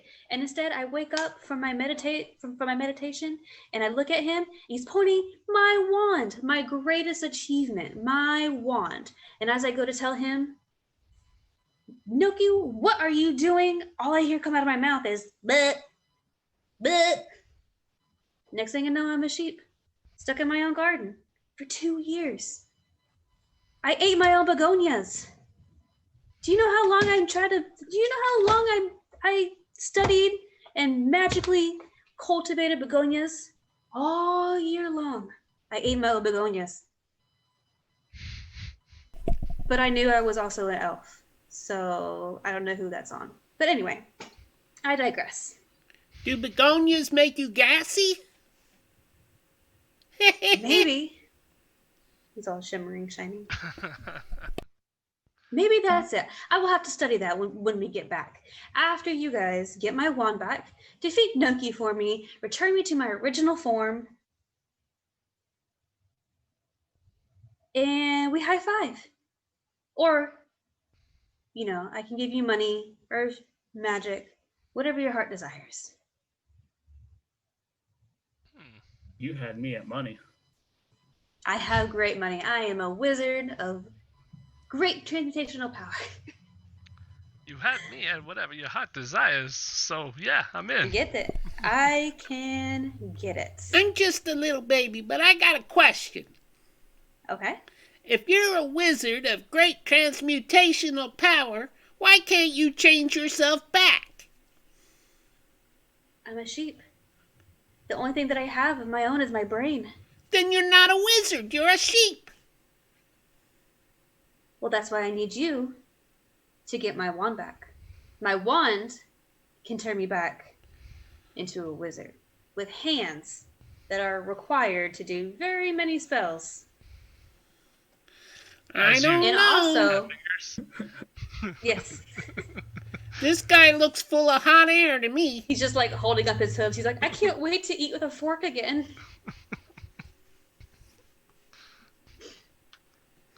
Okay, I'm in.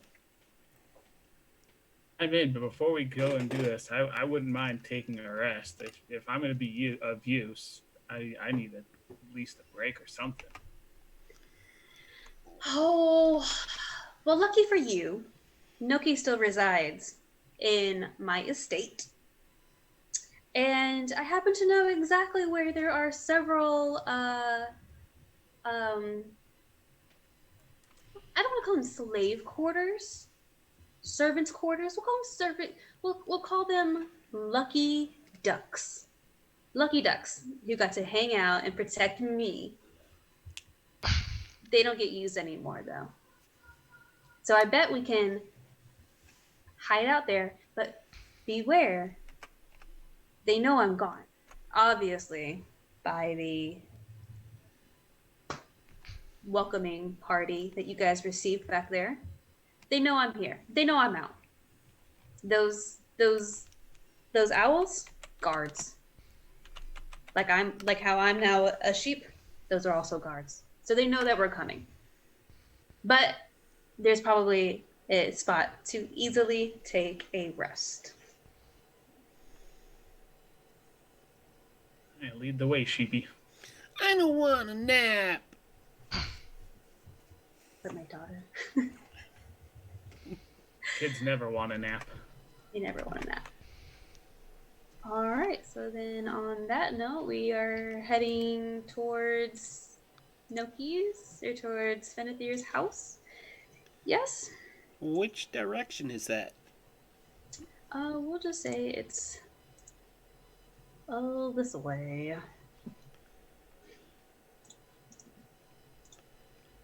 I gotta get him back on the map. It says, follow me! But, because he's so gaseous, in the gaseous form, he's, blowing whichever way the wind blows. He's all getting frustrated. No, it's this way. It's this way. It's this way. It's this way. I'm just flying around. All right. And with that, we come to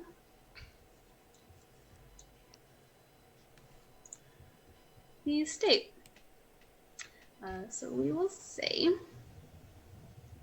that, we'll say that Fenethir showed you guys more So the house is a couple miles from the tavern. It's off the main road down even farther. But he was able to show you some of the guard shacks, basically. And we'll say you guys took a long rest for funsies. Right on.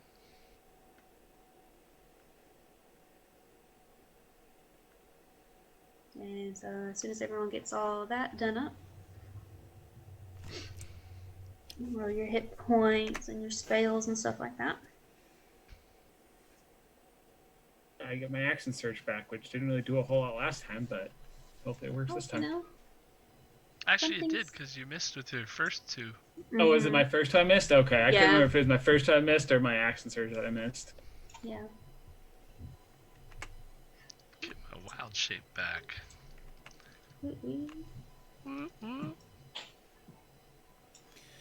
See, Greg, that's what a long rest looks like. He doesn't let us rest in Curse of Strahd. The module doesn't let you rest. Shut up. It's not my fault. That's hard. Even the Descent into Avern that's another like super heavy RP based one. Also 0 rests ever. I've So we got all a died. player that I'm kind of worried about right now that's playing an Aarakocra. Oh yeah. He decided to go in on his own, investigate the 3rd floor. Now everybody else is waiting outside while he's in combat. And what's really funny is where he lives in real life, there's a bunch of roosters crowing. So And they're he's- like in the background all the time. Yeah. That's hilarious. Okay. So our intrepid warriors come into up to here. So I'll lay the scene for you. Rather than stone or glass, the house before you seems to have been formed from the living branches of 4 sturdy oak trees. They've been shaped and woven to create 3 thick platforms. The lowest of these platforms, where I'm peeing right now, is roughly 40 feet across and sits about 10 feet from the ground. The only obvious route up is a gentle slope right here, formed of roots and branches that connect roughly with the main path. Branches curl around its base, creating a rough bowl shape around it. So imagine like this sort of thing. You guys can't see inside of it. From where you stand, it's possible to see flowers and small trees growing around it, or growing around the edge of inside the bowl. The largest of the 3 platforms is the middle stone. It's about 60 feet across, about 20 feet above the ground, and it's fully enclosed with a wall formed from twisting branches. You can see evenly spaced window-sized gaps, as well as what appears to be a door at the point closest to the lower platform. And the tallest platform is roughly 30 feet above the ground, much smaller than the others. It looks to be linked to the central platform by another slope. Scattered beneath the platforms are 2 huts and what appears to be an outhouse, which I guess I can actually probably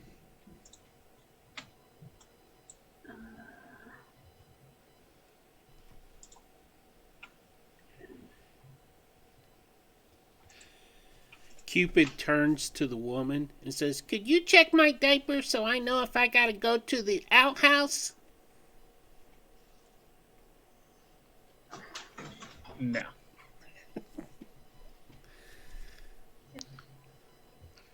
Maverick backs away.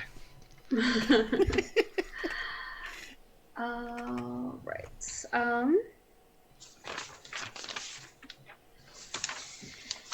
get on the right page here, folks.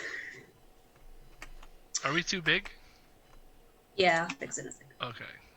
Oh, you guys can fix it. How do you guys want to do it?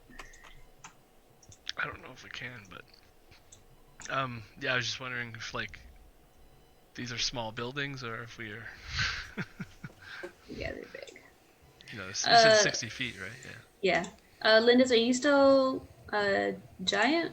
No, Oh, that no, goes long away rest. only after like a minute anyway. So Oh, okay, cool. All right, cool. So you guys are coming from this general direction, and you end up here, over here in these woods. And when you arrive, again, like I said, you see, it's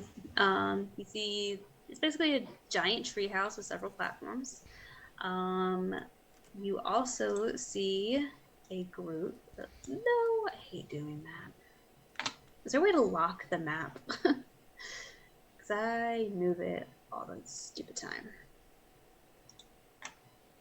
No. I wish that would be helpful. You guys see a group of apes, and it looks like a couple of them are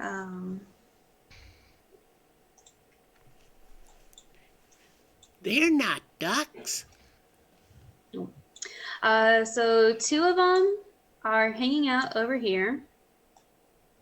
They're lounging on the ground next to a couple of great swords, and they are watching these two that appear to be playing a card game of some sort. Is it the Dragon Ante? Yes, it is through Dragon Ante. If I look for collars, do I see any collars on any of these apes? You can roll me perception checks. D&D Beyond. 9. You see something glinting around what would be like the neck area, but you don't know exactly what it is. Are we still able to talk to the sheep, or is that worn off? It's worn off. Does anyone have to speak with animals though? I do. I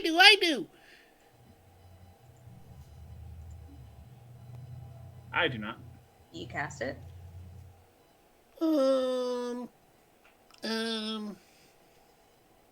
Okay. And I cast it. Okay. What do you want to talk to the sheep about, Peter? Oh, I gotta talk to him too? I got some jokes. You're the only one who could talk to him and understand him. I got some jokes.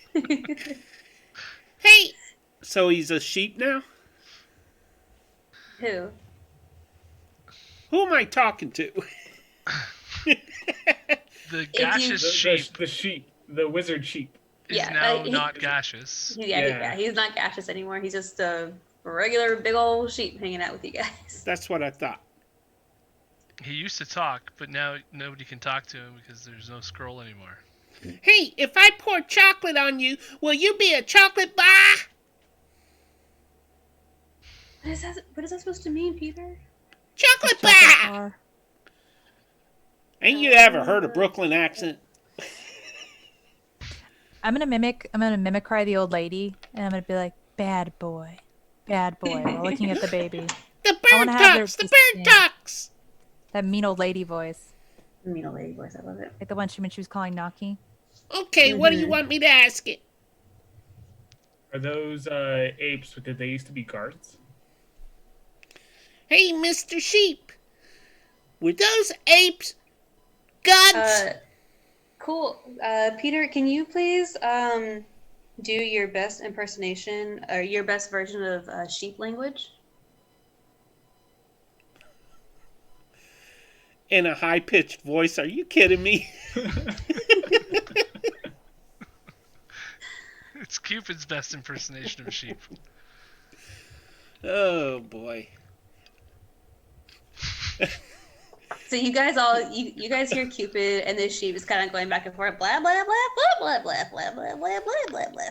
Ba ba ba ba ba ba ba. And Noki tells you yes that those are indeed human guards that Noki has turned into his ridiculous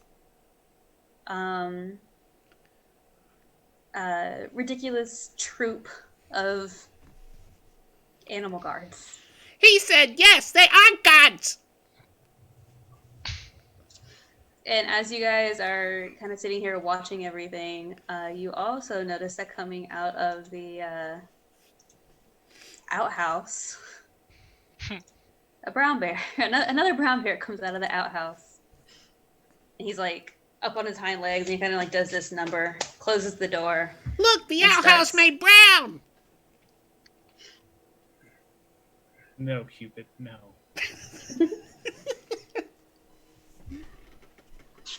Well, sounds Now, like if there's a we're little gonna- boy somewhere watching this, or who will watch this, and will laugh like crazy at that.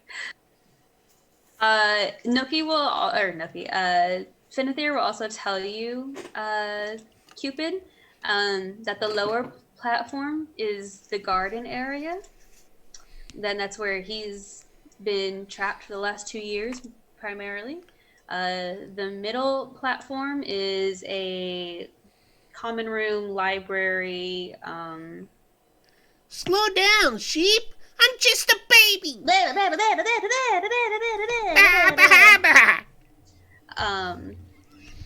He's It's a common room, lab, work area, and then the top one is the bedroom, basically. And if he knows Noki, he already knows that you guys are coming and that he is going to be squirrely. He said the common Noki is in the bedroom and knows we're coming. He's a baby. He gets things I'm gonna- mixed up. Try to fly up about like 100 feet or something, Okay. and do like a lap around everywhere. See if there's anything I can notice about anywhere else. You know, if we're all just kind of while the baby's talking. Cool. Go ahead and roll a stealth check. Can I bless myself? Can No, you I bless guess it's- yourself? Yeah, it's a cantrip. It's like but, one willing or creature. right? guidance. Sorry. Mhm. Yeah. You can give You're a yourself willing guidance. creature, aren't you, Maverick? You Guide. can use guidance on yourself, yeah. Yeah. 18 plus guidance if I need it. No. 19. Nope, you good. So as you fly around, you see that there are 2 more apes over here doing patrol. You see 2 apes over here doing patrol. And you see 2 apes over here by the bear doing patrol. When you fly over the garden, it seems empty. When you're on over here, you're able to kind of see through the window that Noki is indeed in here working on. Oh, I guess that is. In this building here? No, in the middle platform. Okay. But since you flew over, well, you'll see that actually.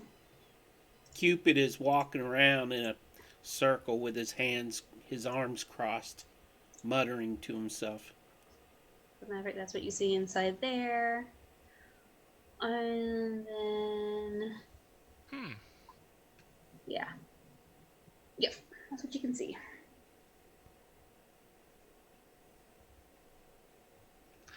I'll tell them, like, it looks like we got at least 6 or 7 more apes running around here. It's turning into Planet of the Apes. Yuck. Oh, I don't believe They're all this. doing human stuff. Well, do we want to go in guns blazing or do we want to be stealth? I can do the first one. I can't do the second one, though. Just a heads up. Whatever leads to the best chances of survival here. Okay. I think we should plan out our next move before we do anything, though. Oh, I don't know.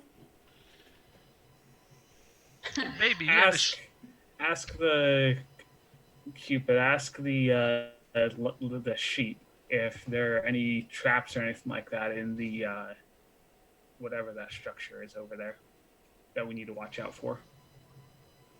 Say what?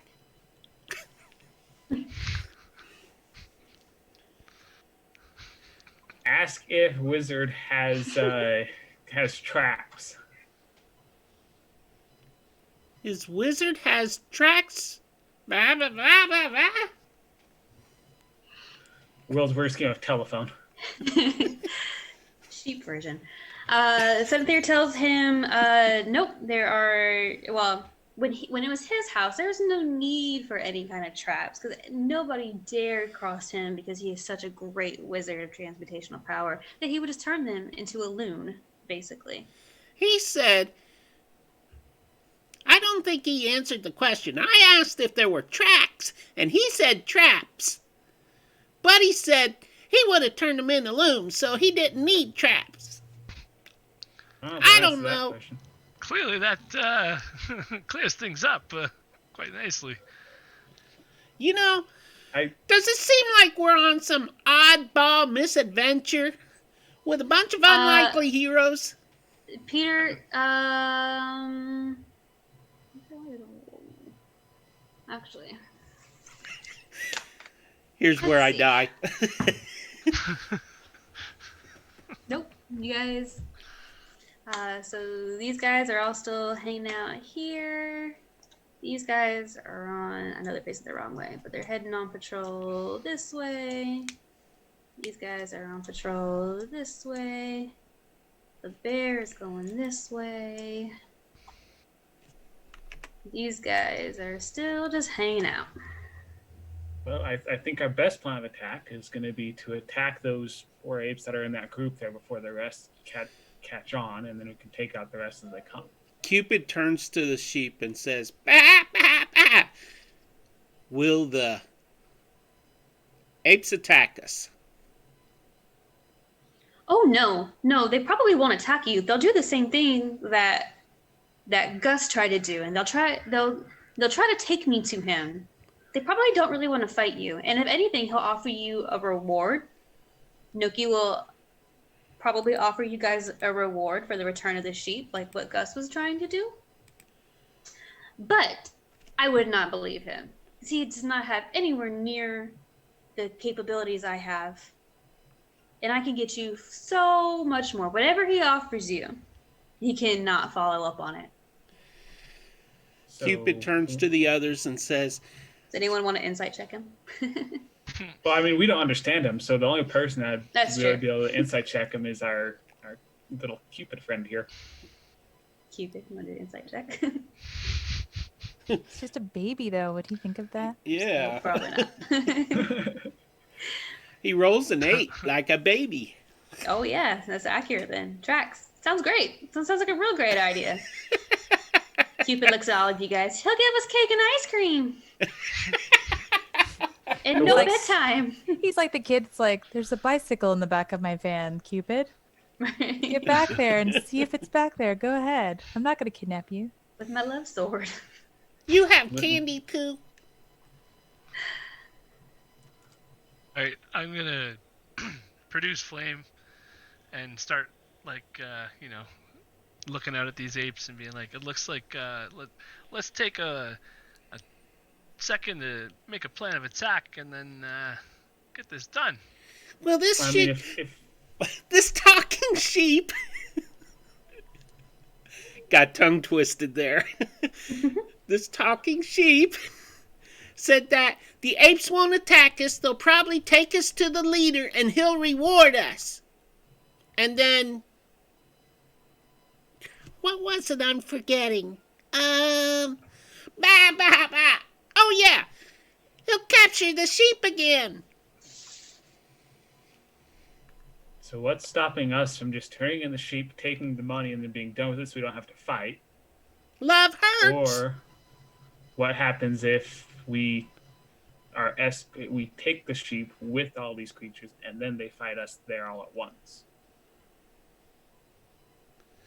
I say we tie up the sheep on the hands and the feet and drag them in there get our money, and then kill the bad guy. Starts backing up from you guys. Things turn when the baby gets murderous. What do you mean? I'm not murderous.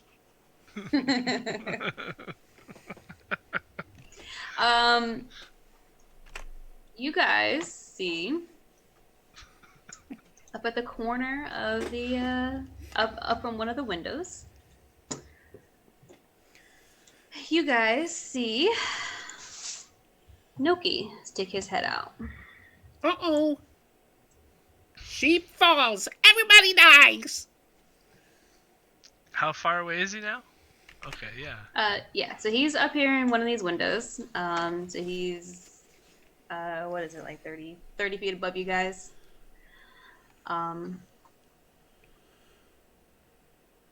And he sees you guys. Finithir, like, backed up behind this tree. You can't really see him. He's gonna, like, whistle at his minions down here. He's gonna whistle, point towards you guys, and they're gonna come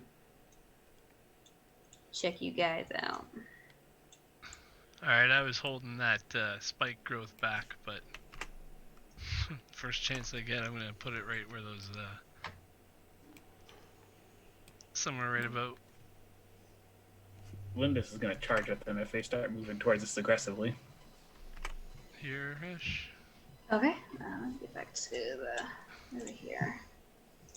Lindis is going to take a few steps back. Choose something that's not quite as.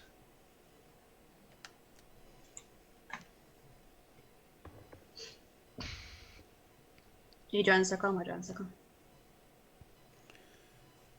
I was gonna see if one of these circles was a good template. Wait, You know what I can do? Uh-oh, that was an accident. I did the same thing. I always do that.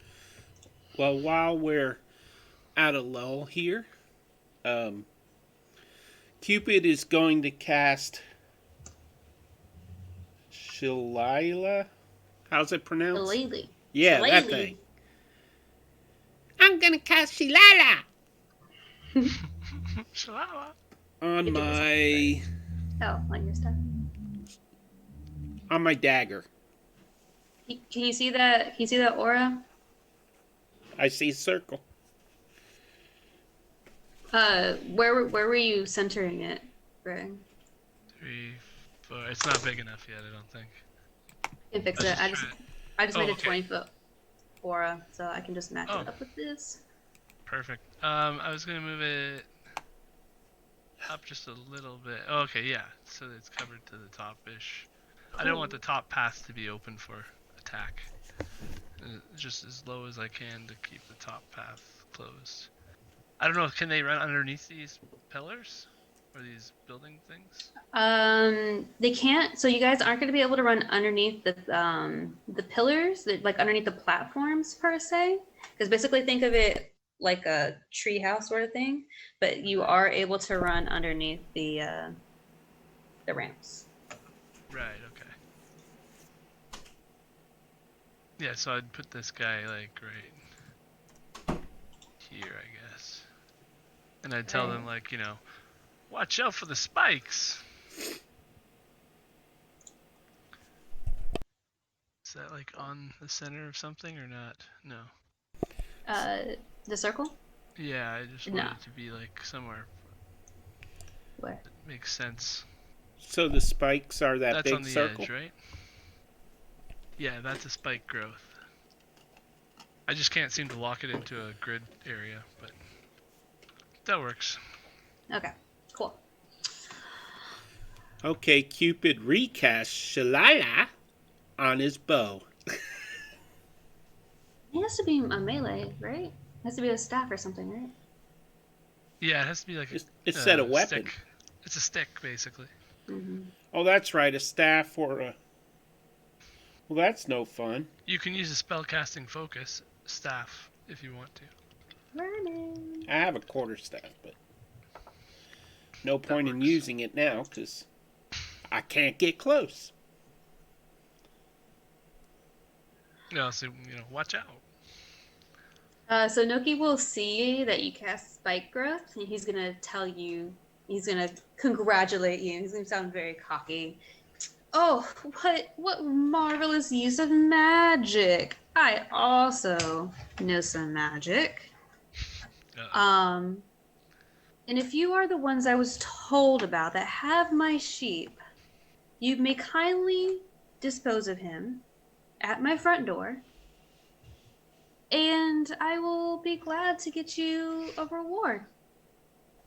There was a simple, actually, he wasn't even gone long enough to really issue a reward, but I've been working on some pretty cool potions, some spells. Of course, there's gold in here somewhere I can get you. Or if you want to fight, that's also fine. Can we see him? He's hanging out the window. Okay. Cupid turns to the fiery bird and says, "Is he supposed to be the bad guy?" I'm not entirely clear on this whole situation yet morally. But I mean, he's trying to kill a sheep, so I'm going with the guy who's stuck as a sheep for now. Okay. And he casts Hunter's Mark on the big bad guy. Okay. You want to read that for everybody? Not really. Oh, okay. It just gives you advantage on attacks against and tracking, right? You choose a creature you can see within range and mystically mark it for your quarry. Until the spell ends, you deal an extra 1d6 damage to the target whenever you hit it with a weapon attack, and you have advantage on any wisdom perception or wisdom survival check that you make to find it. If the target drops to 0 hit points, you can move it to another target. And it lasts an hour. Alright, cool. And with that, Noki just kind of chuckles.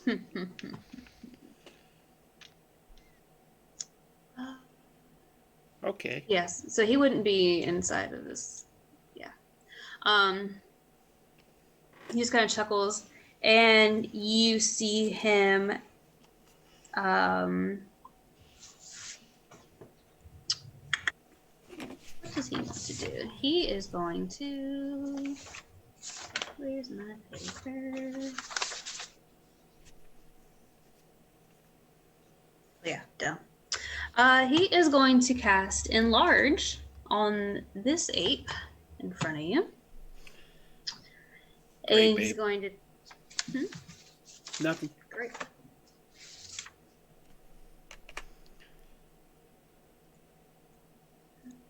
Oh. That's a big ape. Whoa!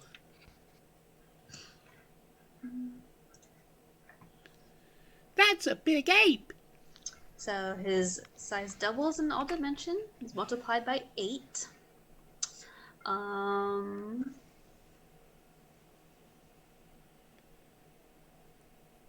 Cool. And he's gonna chuckle at you guys and say, "Have fun with that." And he's gonna disappear back here. Oh, right when I was about to shoot him. And with that, we'll go ahead and roll some initiatives. Yay! Yay, initiatives! I rolled a 15. Okay. Nice. I rolled an 8.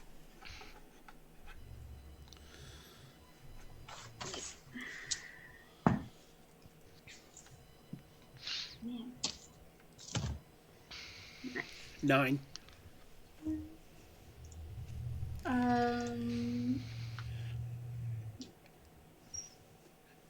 Not, we're just going to start a whole new one. No, guess not.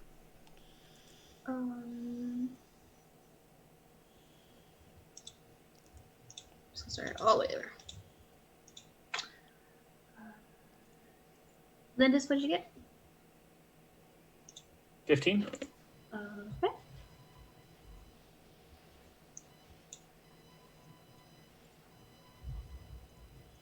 Too much stuff everywhere.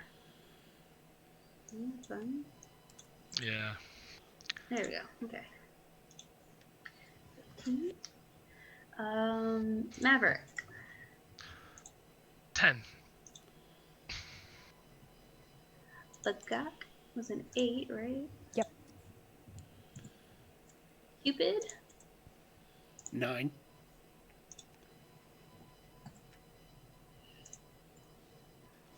Eight.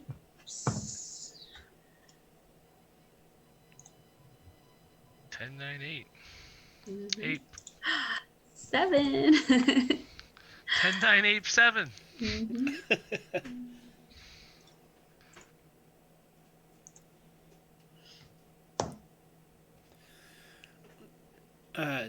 Mrs. DM, Yes, how sir. much space is a square on this map? 5 feet. Okay. So that would put him within, what, 10 feet of me? Yeah, looks like it. Okay. And Maverick warned us about the thorns, right? Yeah, Oh, you know, he did. are we going by the roll 20 grid? They Maybe should it's be a little harder to see. snapped. Yeah, hang on. See if I can fix that. real quick. You could change the color of the grid, I think, Can you? That would be. or the opacity Stupid. I say we just go with the map. in that page settings thing when you pull down the little menu at the top. I think you can make the lines a little bolder. Opacity.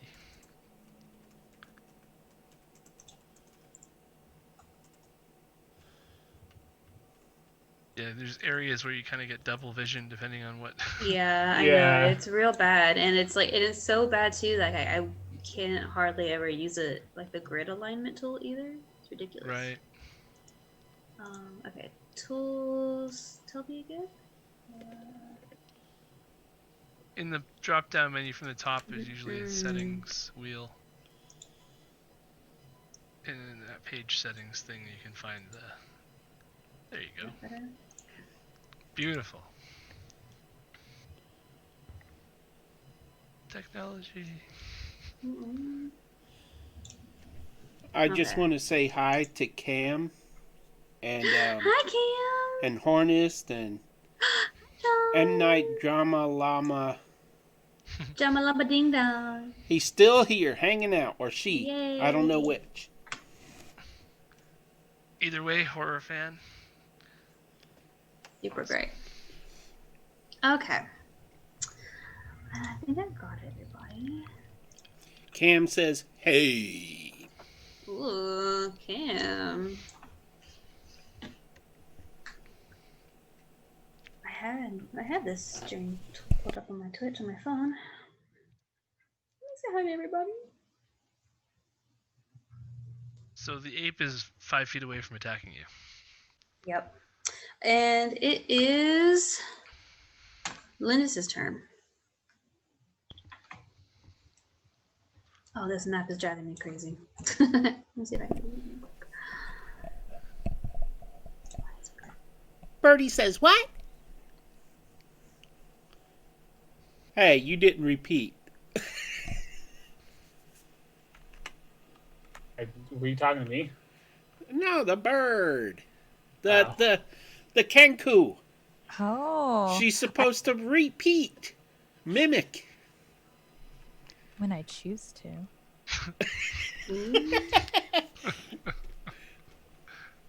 That didn't do anything. Ow! She burned me. Burned. I just mimic the wizard. How great I am. Pretentious voice. If I hit anyone with an arrow, I'm gonna start doing that. I like it. And by anyone, do you mean including us or not including You know, us? including you. So if I roll a 1 and you get hit, it's because I'm a great archer. Seems legit. I think the map got a little thinner. Yeah, I was trying to. Hello to Ouroboros in chat. Oh, you're trying to line it up. That's me, by the Yeah. way. I know.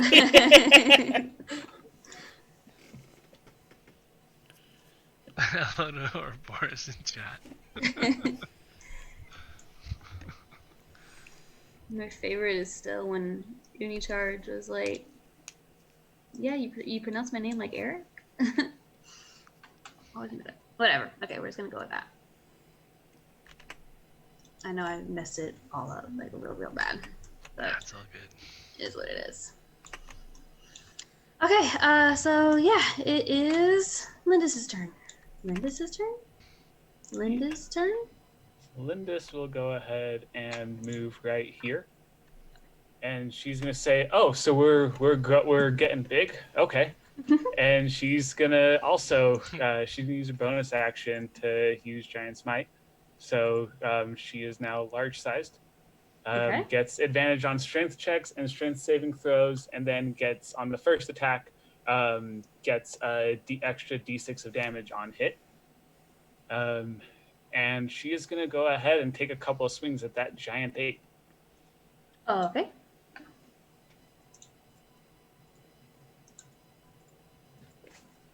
Hi, Unicharge.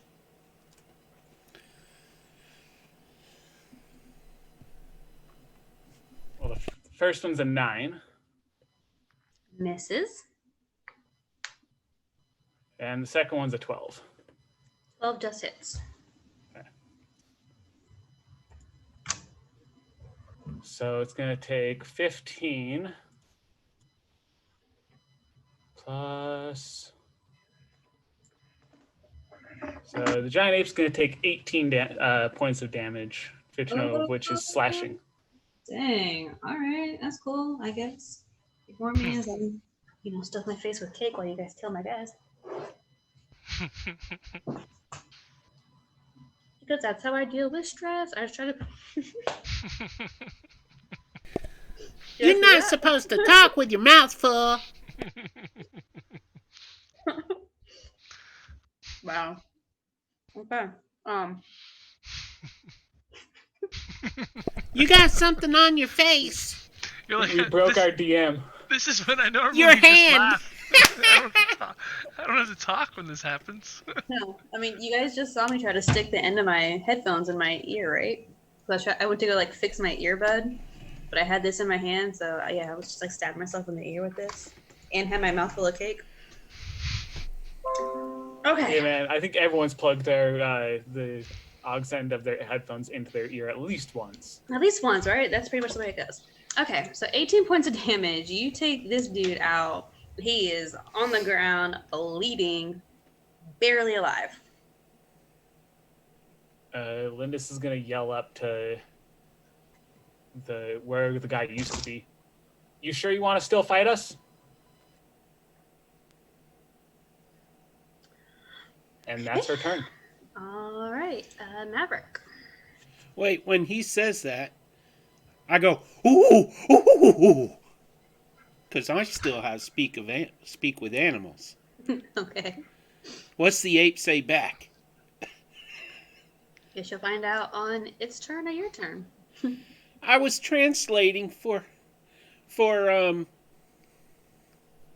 Lindis? yeah, Lindis. Well, Lindis was talking up to Noki. He was talking to he wasn't talking to the ape. Right? Lindis was Yes. talking to the yeah. Yeah, Lindis yelled that up, looked up, and yelled in the direction of where Noki used to be. Right. Okay, cool. Oh. I'm gonna fly down to here and then throw an ice knife. Have my fire hand and be like, ice knife, and toss it into the bunch there. Okay. At this guy here. Okay. So 17 to hit. Nice. That hits, yeah. 3 piercing damage. and everybody within 5 feet makes a dex save, I believe, right? Everybody, Yeah. including your ally? I'm not within 5 feet of it. Each creature within 5 feet of this ape Oh, must make okay. a dex save or take 2d6 cold damage, which I rolled Okay. somehow. One crit. Okay, yeah, 11 cold damage. All right. So big guy rolled a nat 20. Does it include the one that you hit too? Yeah, I the guess. one. Okay. I figured. It says each creature within. All right. Yeah, so it does include the creature you hit because it explodes, and the explosion's still going to hit them too. Yeah. Well, I mean, yeah, that's cool. That's a 13. That's a natural 1. And that is a 12. So it's 14. Okay, so he saves, and the other ones fail. You said it was 6. How much damage? 11 cold. I rolled a 6 and a 5, so Awesome. it's pretty good. Everyone's rolling really well tonight. Yeah, that wasn't bad. All right. I think that's all I'm doing. Yeah. This is going good.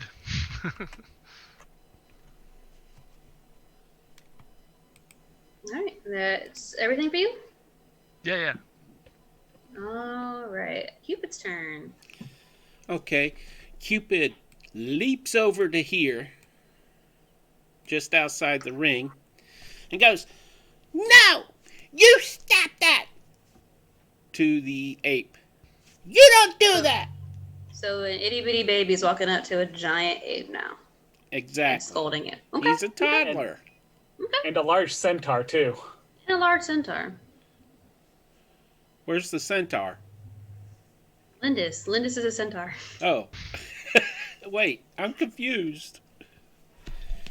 Anyways, Cupid says, "You're accurate a for a baby, bad though. ape!" And he casts poison spray on him. Okay.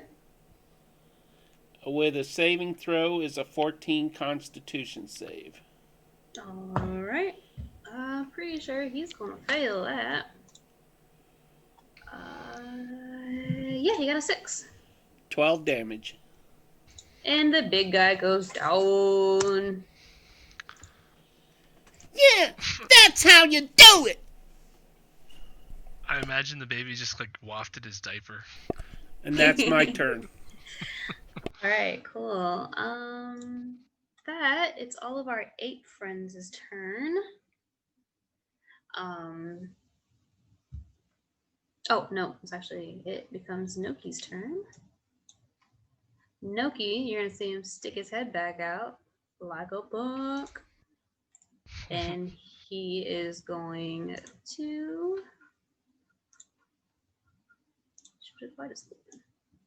He's gonna cast Enlarge on this guy now.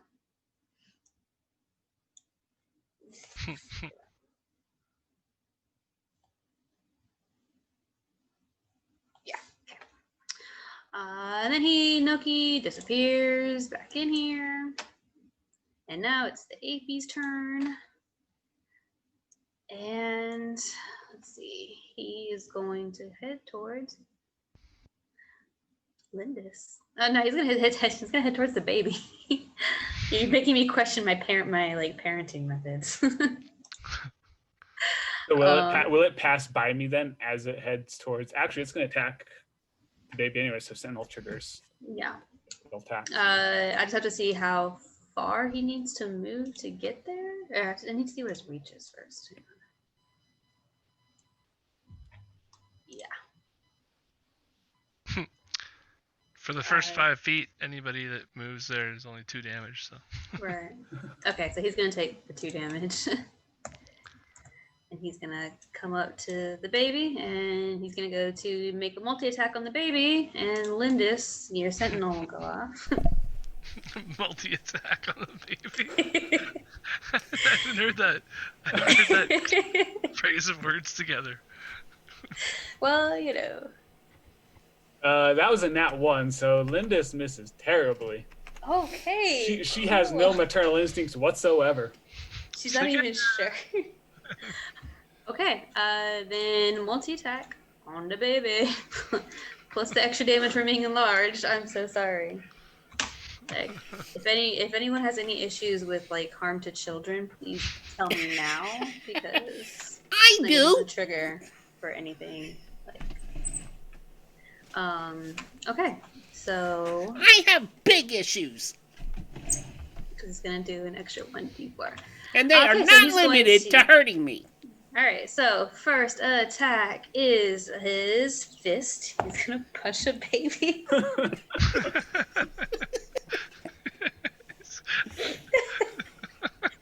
Oh, I didn't think about the I thought this was implications. family friendly. Ugh. I don't know. You have to roll a 19.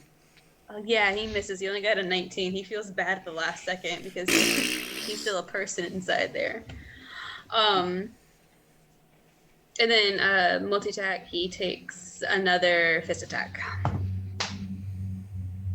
And his humanity prevails, and he pulls back at the last minute. Oh man, This oh guy. man, Yeah. what? Yep, his humanity. This ape is going to come up to Maverick. Are you up in the air? Or yeah, you landed, right? Yeah, I'm like Cam 5 said- feet off the ground. Cam said it's okay, he don't like children. I'm like 5 feet off the groundish. Okay, then he's gonna take a rock and throw it at you. He could hit me if he wants to. I'm gonna do the rock. Okay, yeah, sure. Can you smell la la la la la la la? That's a 13 to hit. The rock misses. The rock misses. Should have used the this- people's elbow. Yeah, well, maybe this one will. There's so many apes. This one is going to take. It's also going to step towards you guys and take. You want to roll the damage for that? Is that only 5 feet. 5 feet? Yeah. Yeah. The first one did he have to go through it at all or no? He was just on the outside, right? Yeah. Yeah. So 7. All right. Let's see. It's pretty decent. This guy actually tries to move towards you and falls over dead. He's stuck on a spike. Plan succeeded. Which one was that? That guy. These two are going to. What's their speed? They're gonna dash over here.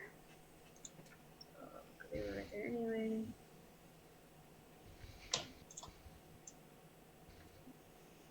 So they're going to get. They have to go this way.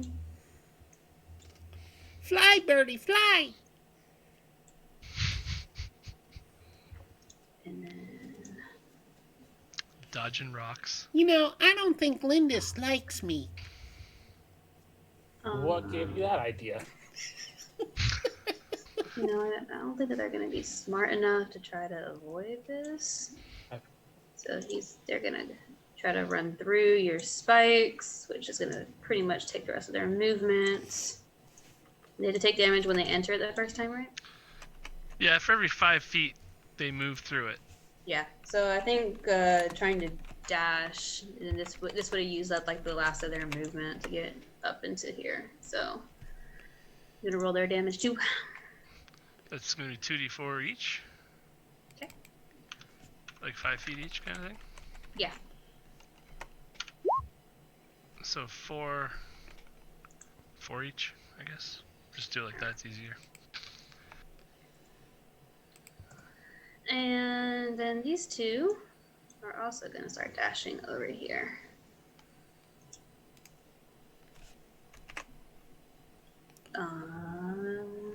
So 60, let's see. 30 feet. And then they enter your thing. And then try to move. So, 5, 10, 15. So another 15 feet into there for that guy. Oh wow. For both of them.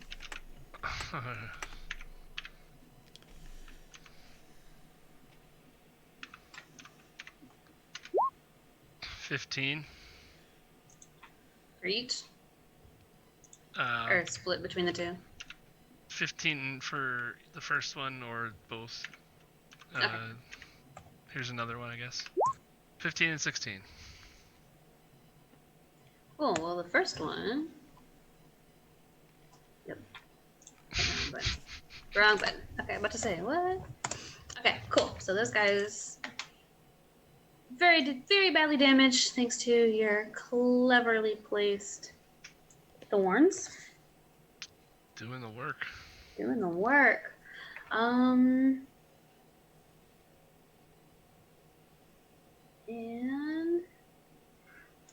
oh, where's my bear? On the other He's side on of the the building. other side of the building. Yeah. He is also going to. He's gonna dash. He's kind of stuck both ways, so he's gonna go this way.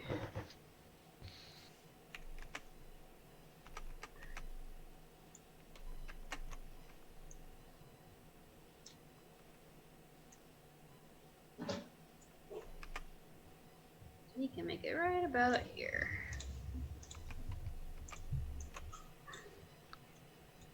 Cool. All right, bear. Finithir. Not down with it. Gonna run behind Bagak. And top of the round with Lindis. All right, Lindis is gonna go ahead and take a swing at this giant ape that's right next to her. Okay. That sounded so enthusiastic. I don't do the enthusiasm thing. I'm too matter of fact, unfortunately. As is Lindis, and she whiffs with a 9. I'm assuming. Yeah. So Does not hit. she'll swing again. Okay. And an 8 obviously misses then, so she's gonna go ahead and action surge. Okay.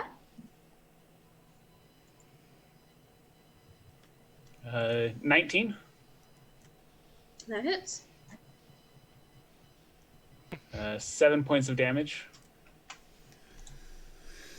And that big guy goes down. Good Okay. job! And then she's gonna move to this ape and swing at it now. Oh, hey.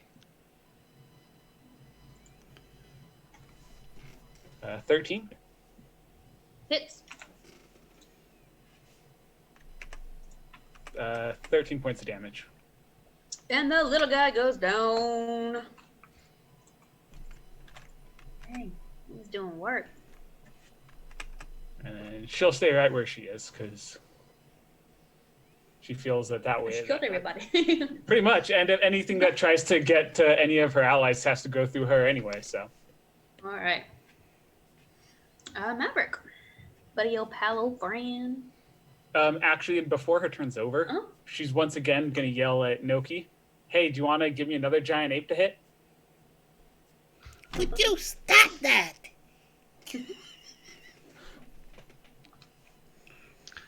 I think Maverick's going to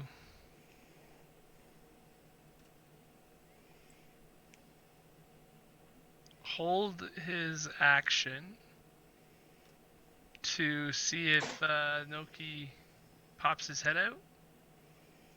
Okay. And if he does, again, to cast another spell or anything, I will put a Scorching Ray on him and probably twin spell it too.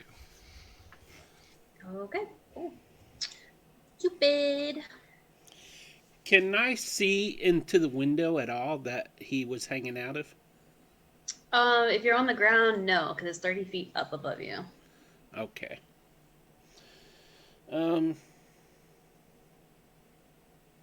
Or if you can see like the ceiling.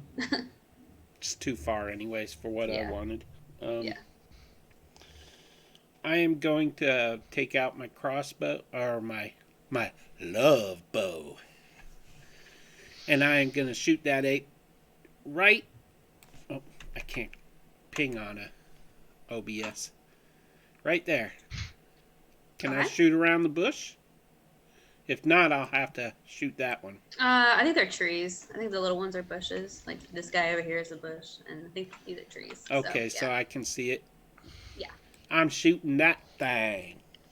Shoot that thing. Love hurts. And That wasn't actually high enough.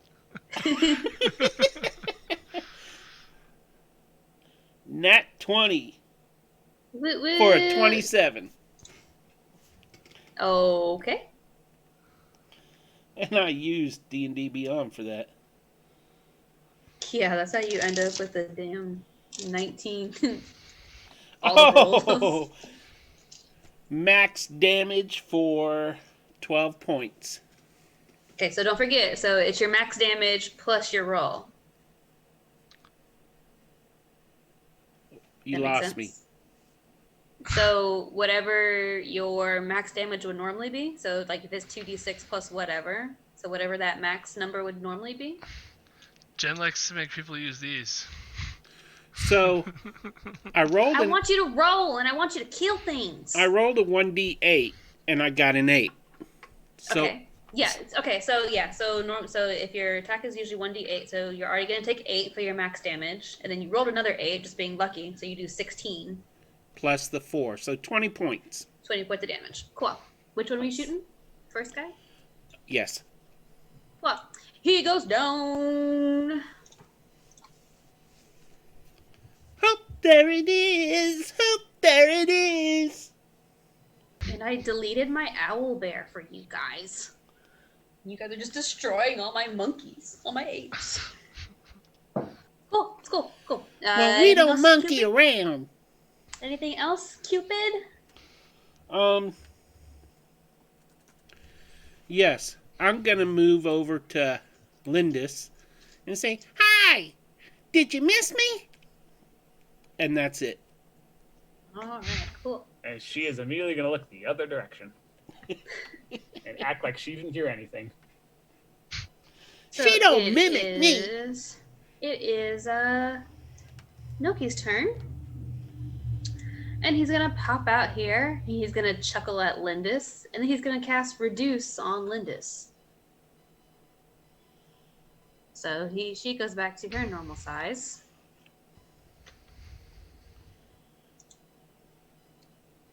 And he's Rude. gonna Yeah, Rude. well, he's going to say, let's see how well you do when you're a normal horse. And he's going to step back inside. When he was outside there, a Scorching Ray. Oh, yeah. Okay, go ahead. Held my action. 17 to hit to the first one. That hits. 4 damage for that. And then he's going to get plus 6. So, nat 20. Boop, boop. Sorry, And what was the another first one? 17, nat 20, and 17. And All the hit. first one was 4 damage. Okay. The next one is... Oh, I did it. Yeah, that's right. Oh, I have another 4 damage. I want to get this. Right, yeah, it's 2d6, okay. So the second one would be 12 plus 8 is 20, and then the Okay. third one is an 11. And since I twin spelled that, the second Scorching Ray spell is going at the bear. And that'll be 3 attacks at the bear. So 13 to hit, It hits. 24 to hit, Hits. and 15 to hit. So Hits. 2d6 on each one of those is 8 plus 9, 17 Total. total. Cool beans. All right. So you just rock Noki's world. He stumbles back, and you just hear him yelling and swearing up a storm inside. All right, great job. It's the ape's turns. Wait a minute. What about Bagok? Where is Bagok? Right there by Cupid? Am I not on the like little turn order? Oh yeah, I think I thought it was Noki. Yeah, so it is actually your turn. Okay, just making sure. Yeah. Then I'm gonna cast my Hail of Thorns on this the I'm sorry, I'm making a little pointer guy. On this monkey guy. Okay. So I'm gonna use it. It's my bonus action. I'm gonna cast it before I attack. So it doesn't say on here that I can't cast it prior.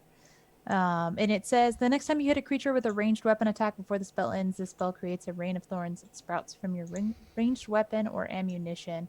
In addition to the normal effect of the attack, the target of the attack and each creature within 5 feet, so should hit all of those guys, of it must make a dex saving throw. Creature takes 1d10 piercing damage on failed save and half as much on a successful one.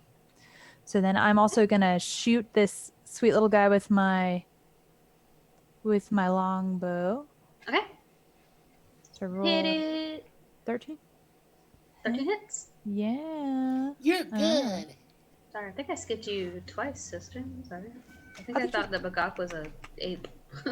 It does. He looks like that. Yeah, he does actually. Yeah. A little picture. I know. So 11 damage to that guy, Okay. and then I need those 3 to make a dex saving throw. All right. Let's see. And it's 13. It's raining thorns.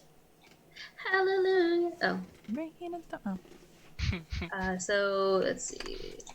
This guy got a 13. This guy got a 12. And Bear got a 10. So they all fail. Nice. You can't pass a dex save, eh? I know. No, I can't. But I can hit you. I can hit Lindis.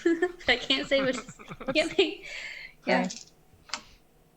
Sorry, Rolled an 8. I guess I should roll for each one, right? Or no? Can I roll? They all take 8. They all Yeah. failed. I don't have to Nope, roll that 3 works. times. Okay. Yep. I just accidentally hit the button twice. So this guy, gonesies. This guy, hurtsies. Oops. Oh man.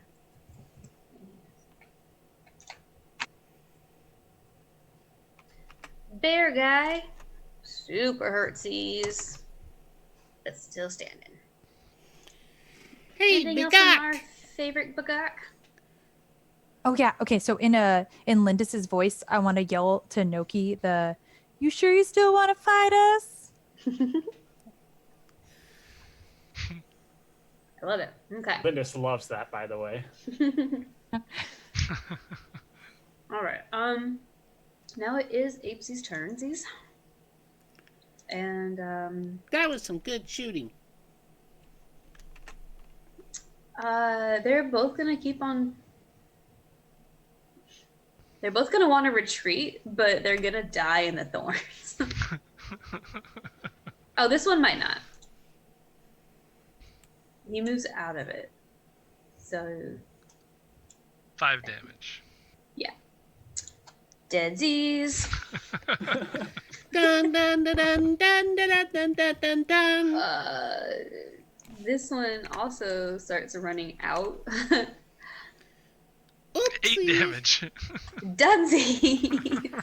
That was max. It's raining apes. Hallelujah. And the bear is also gonna nope out. Seeing everybody die. Yep, he just nope out. He took off. I dropped the thorn spell. Okay. Yeah. Okay. Let me get. All right. Cool. So with that, Bagok's turn. Fenethir's turn. Fenethir's gonna come out, and he's gonna look at Maverick, and he's gonna blah blah blah at him. That's gonna be I'll like do a it. very frantic blah blah blah blah blah blah blah blah blah. I'll just look away and pat him on the head. And then he's There gonna they take are. off. There He's gonna they take are. off again. Cupid turns to him and says, "Bah, bah, bah, what was that all about?" Then what you guys see is out of this top deck. No, don't do that. Oh, Oh, Okay. Why can't you lock the map? don't put anything on the map layer except for the map. I don't. I just accidentally move. I just accidentally hit the map when I'm trying to go to the GM layer. Every time. I hit it and then I'm just so excited. Use Control O for the objects, Control K for the GM, Yep. and Control See? M You for already map. lost me at that. Control M is map. Oh, okay. Control O is objects and tokens. Cool. And Control K is GM layer. Well, what you guys see pop out of the top deck is this guy. uh-oh. What? Okay. Any one of those, get them at like IKEA or It's a I mean, I've heard bed. race car beds, never dragon beds. That's more of a Bed Bath and Beyond. So this is a bed dragon. And Noki is riding on the back of it. Lindis, I love your face right now. That's basically what Linda's is feeling. I'm like, okay. And Noki's going to yell at Lindis, "If my apes are so easy for you, come try this." And then it's going to be Lindis' turn. Well, Linda's going to say challenge accepted. And because she wants to, she's going to use Giant Smite and grow large again. How far up is the dragon? 60 feet. Okay. I'm gonna read you guys what it like. It's a beast that looks like a dragon carved from wood with billowing bed sheets for wings and a tail that ends in a soft pillow. Be very afraid.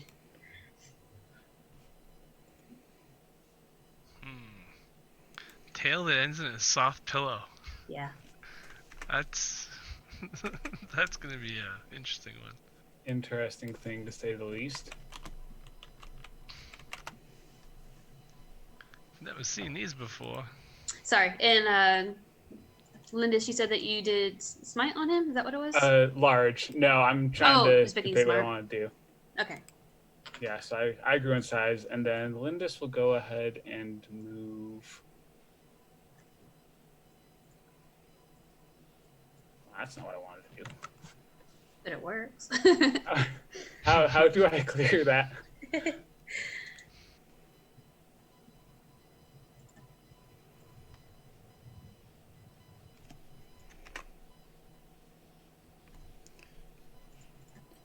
Lindis will move to here.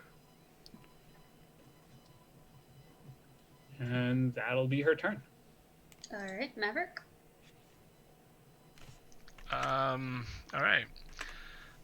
Oh boy. I'm gonna move back to here and land beside the Kenku, and just be like, I think, as far as I know, beds don't like fire. So it touches the quiver and cast flame arrows.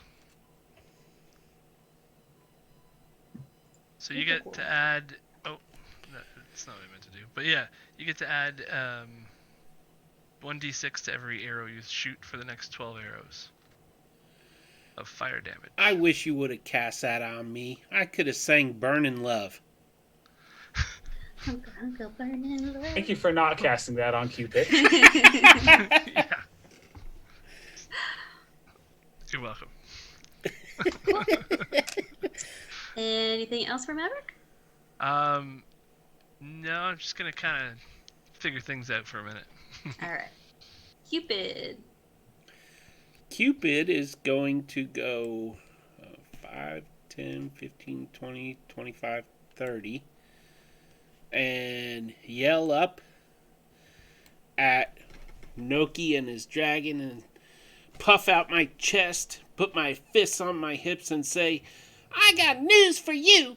I still wet the bed. And then I'm going to pull out my bow and shoot him with my hunter's mark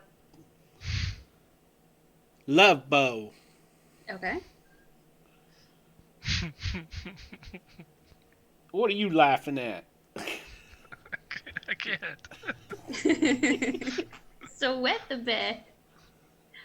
Isn't there a section in your Discord, Peter, for like quotes from the game? I don't know. There should be. This is one of y'all's, I think. I think I have something like that. Yeah. Mm-hmm. Great moments or whatever. Yeah, something like that. I rolled a 10. That misses. Wait, I have hunter's mark. Oh, I gotta hit it first. No, I think you just cast it, and then you get. Let me see. I gotta remember. I don't know how that It's so long. works. Let's see.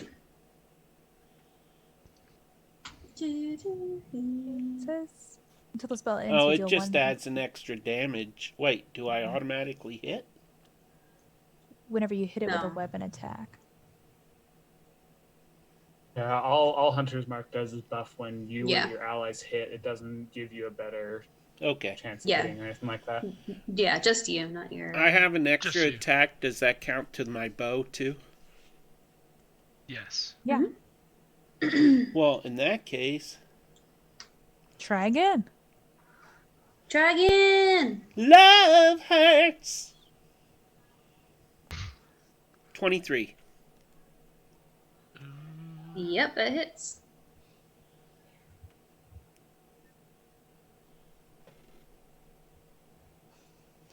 It does 5 points, and then I get 1d6 from Hunter's Mark. Is that right? Yes. I've never played a ranger before. Can you tell? You have so much enthusiasm and all this confidence. I'm going with it. A 4 for Okay, damage. so you take. Okay, so, what was the first one? You said 4, 2? 9 total. 9 total. Okay. Said 5 before, I think. And then And, I got nothing. That's it. cool. And Noki rolled a natural 20 for his concentration on the bed dragon. So that saves. And then it actually becomes his turn. So he is also very, very upset because he is very badly hurt. So he's going to, him and the dragon are going to move up a few feet. We need to get both of them. Bed dragon. The bed dragon, yes. And a little bit further. And the bed dragon is going to use his splinter breath. Is what? Splinter breath. He sends out a shower of splinters in a 15-foot cone. That is Those a big gonna- cup. Yep, it's gonna hit Lindis and the baby. So I need dexterity saves, please, sirs, ma'ams, and Wait, centaurs. you said and the baby? Yeah, yeah, it's any creature within a 15-foot cone. That's mean. Mm-hmm. What do I got to roll now? I need dexterity saves from both of you, please. That'll be Okay. an 18 for Lindis. Okay. So Lindis is going to take 12 damage. I rolled a Yeah. 16. And 12 damage for you also. Piercing damage. And then Noki is going to cast Ray of Frost on you, Lindis.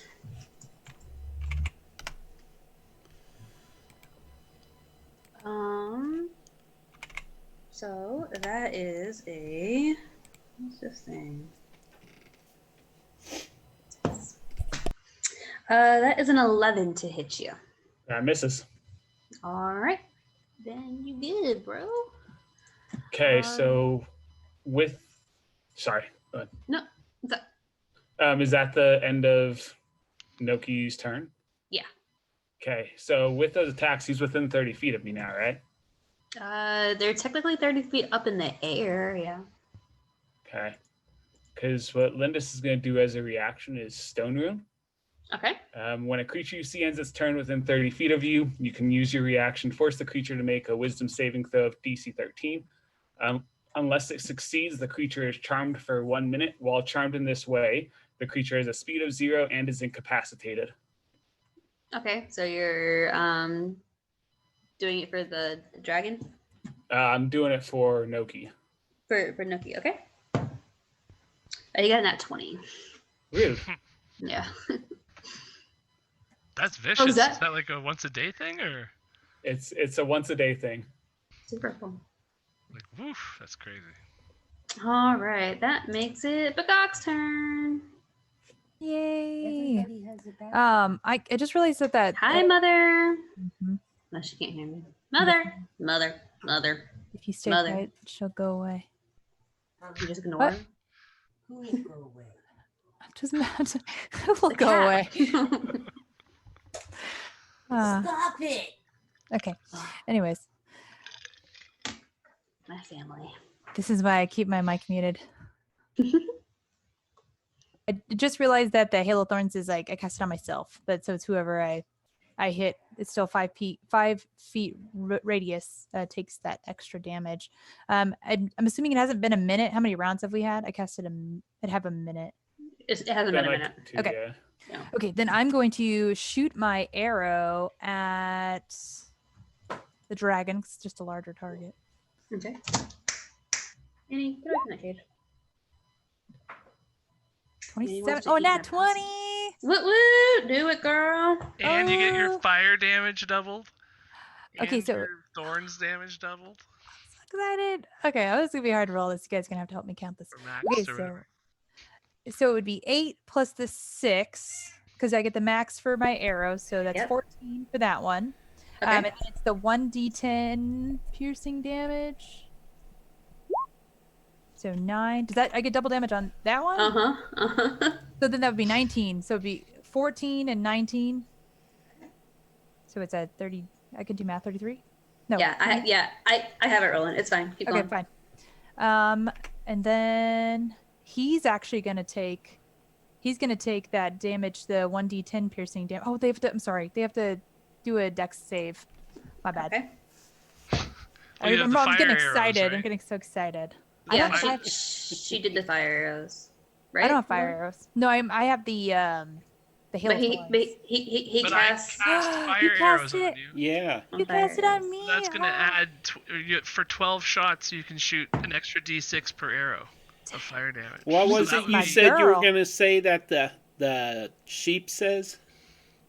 Oh, get that the how great I am. Yay! Okay, so the dragon got a 13 and Noki got a natural 1. Oh, so the dex save 13, so they're both gonna take damage. Okay. Okay, so the 1d10 I rolled a 9 plus I guess they would take if it was double damage they'd take the 10, so it's 19 damage. And then the fire arrows. What do That's I too roll for the much. fire arrows? 6 plus a d6. 6 plus a d6. Awesome. So I rolled a 3. So 9. It's normally just a d6, but you critted, so Right. That makes sense. And then what was the, if you remember, the damage for the Hail of Thorns? That was the 19 damage. Okay. And it was 14 was my regular arrow damage. Cool. Well, with that, you see 19 and Noki 14. fall to the ground. Yeah. Yeah. You fall to the ground, and yeah, the bed dragon falls to pieces. It just falls down in like a bunch of pillows and blankets, kind of like almost like serenely. Aw. You see a blanket with wings drifting on the wind, floating down. And then just for good measure, it like knocks Noki in the back of the head on the way down.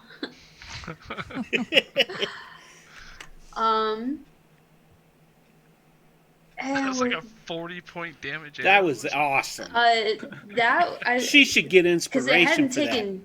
Yeah. I mean, take inspiration, take the whole game, take my money. Like that was because yeah, it's super cool. Good job, sister.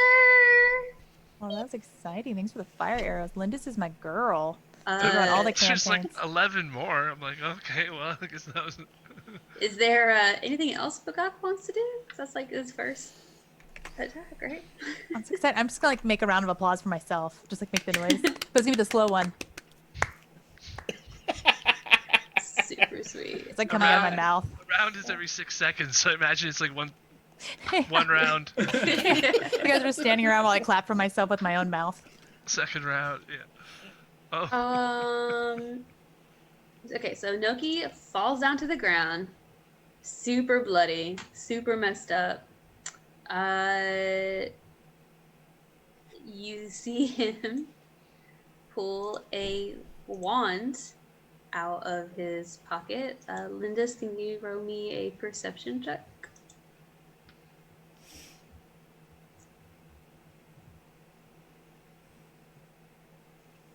Uh, 3.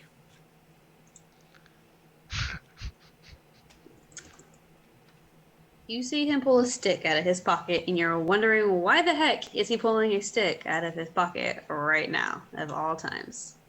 That sounds about right. Yeah. Oh no. He's just like a mentally ill kid. All the jokes I got are not appropriate right now. Are they ever though? Like really?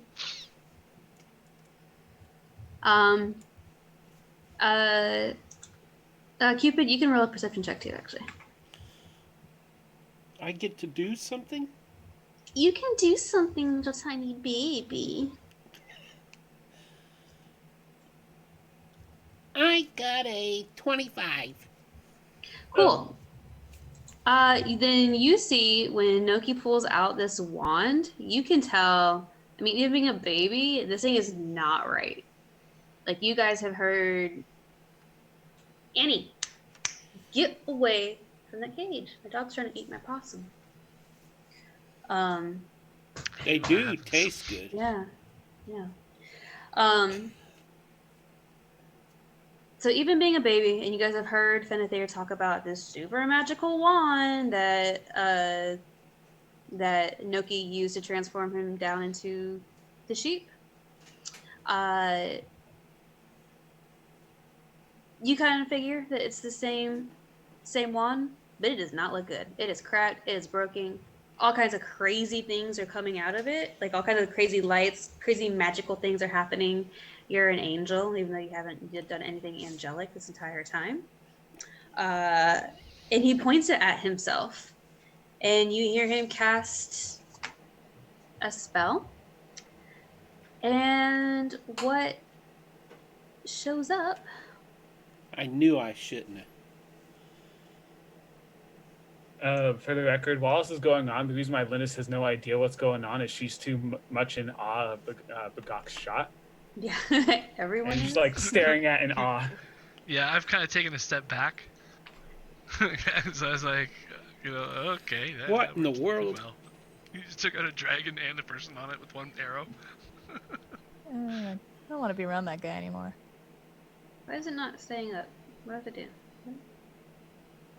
That looks fun. Why won't it stay open though? Stay open. It's open to us if you mean the... Oh, is it open to you guys? Talking Well, about the not a weird red big thingy? picture, but There we we go. see the... There we go. This guy pops up.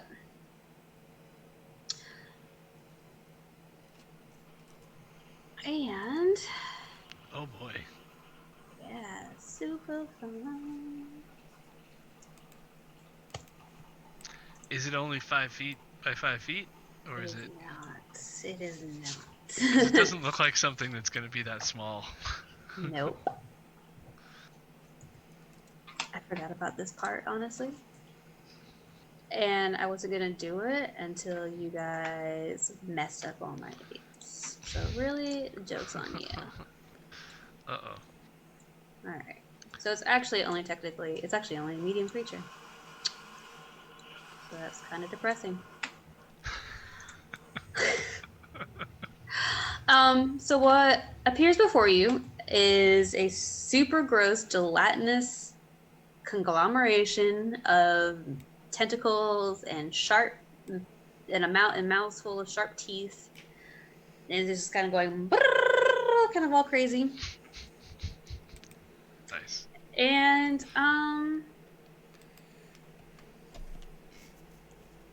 yeah. With that, it is top of the round. Please tell me it's making those exact sound effects with its movements. Like that. Arriba! Yeah. So, question for you. Answer for you. This space, I'm assuming, right here, is going to You be too small for Lindis right now. It's about 20 feet up. Oh, the map got a Okay. little shrunky too. I didn't do anything different to the map. I don't think it got a little shrunk, or at least it doesn't look. You It just got hasn't- you just got really swole. Like just now? Well, haven't- no, not Mine recently, didn't. but I could Oh. maybe it's I gotta refresh maybe. To me, it doesn't look like she could even fit through Yeah, where between the buildings anymore. But it used to like look I like that don't, was I a don't bigger think area. Lindis can Oh. fit through that. Oh! We get a peek. Yeah, you guys have a peek. Oh, maybe I didn't. But yeah, Yeah, so the middle platform is 20 feet up. So this starts at 20 feet and then gradually goes up. So if you want to, however that works for your Okay. enlarged self. Yeah, because I was just wondering if that space between the two buildings. gonna be too In narrow. between. Oh, I see. Well, I mean, you can always, yeah. How big Well, are you? He's a So large I'm a creature. large creature. How big does that make you? How wide does that make you? You only talk about that. I think you can fit through a 5-foot gap as a large creature, generally. But you don't like you occupy. Well, a you're 10 by 10-foot 10. You occupy a 10-foot space in combat. That's like your, this is my zone. It's my your area. range. Yeah. But you just like a you can squeeze through one size smaller usually area. And I feel like a giant horse is still able to fit through that area. Okay. Yeah. I'm like imagining a Clydesdale walk through my kitchen door right now, and I think he'd still be able to fit that I think way. it might be like half movement through that area or something. Like it might be difficult terrain for him, but Sure. Difficult terrain, but you can fit through it. Sounds like a great way to get get there. a horse through a hole. Okay, so if it's half terrain, then instead of doing what I was gonna do in charge, I'll just go right through it then. Okay. And Lindis is gonna take a couple of swipes at the big ugly. Okay, let me try for now. Okay. So the first one's a nat 20. Okay. So How do you that like it? that's what's 4 times what's because it's 46 plus 4.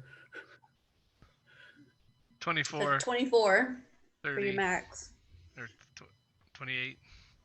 And then another 18 points of damage on that, so that's 38. Oh yeah, is it? 42.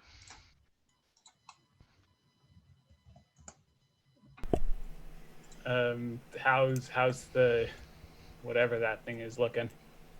Just for all of our friends and family watching, that is a gibbering mouther, and it's looking pretty hurt. Okay. Lindis will swing again at it then. Okay, sounds great. 18 to hit That hits. or 19. Mhm. And 10 more damage. All right. Oh, and because she's large, that first attack should have gotten another d6 on it. Okay.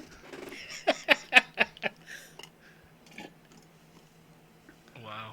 So another 6 points of damage for that. Or sorry, 5 points. Well, 6 plus 5.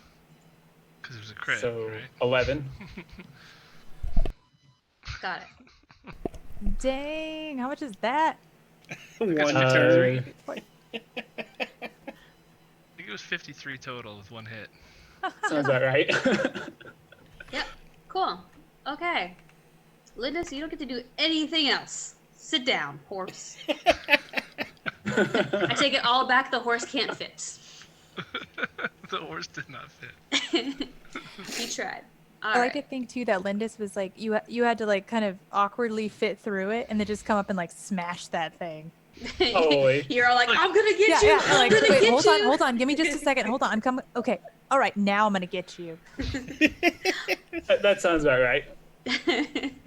All right. Lindis, do you have anything else you can do? She's just gonna stare at the thing menacingly, waiting It to see if it's works. gonna move. All right, Maverick. Alright. That was interesting. I'm going to probably just fly up onto that bridge if I can.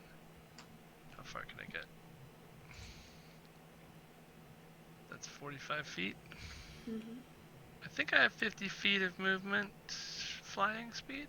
Okay, that works. Kanku. So I was thinking about this in my car, like about this scene. I was like, oh man, I'm about to have to like bust out some Pythagorean theorem to like figure out how high up like these points are or something. I don't know. It's crazy. Yeah, I could stand on the edge of this one then. Yeah. And then I can still see over the centaur and see this thing probably. Mm-hmm. And then I will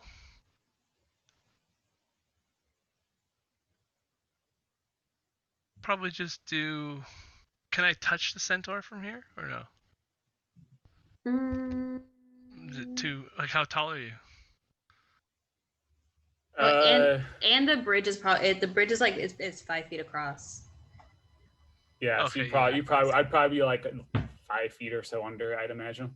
Yeah. All right, I'll just do a produce flame and toss it at the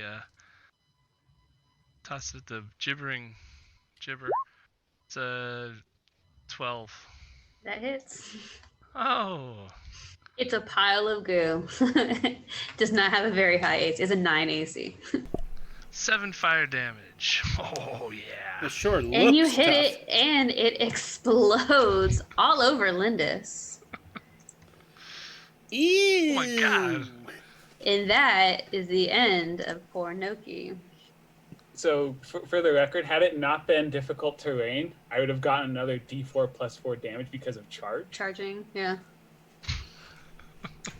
Like you didn't do enough damage. So Is there such a thing? No. That's pretty awesome.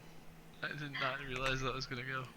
So what you guys see now is Fenethir comes bolting up here, and he's looking through all of the remains. And I'm he gonna- That's nasty. Before he goes too far with that, I'm gonna cast snare right on the wand area. okay. Yeah. So he goes. If I can see where the wand is, if I can see where Buddy died there, I'm gonna put a snare there. Are we still in Okay. initiative? No, we can drop out of initiative orders. Lindis is going to If try and we're get all not. the gunk off of her. At least as much as she can. So the idea for me is basically just trying to snare the sheep if he steps on the rope.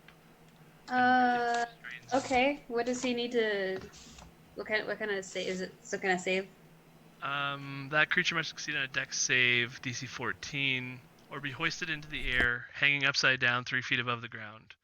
Be restrained until the spell ends. If you fail it. He got a 13.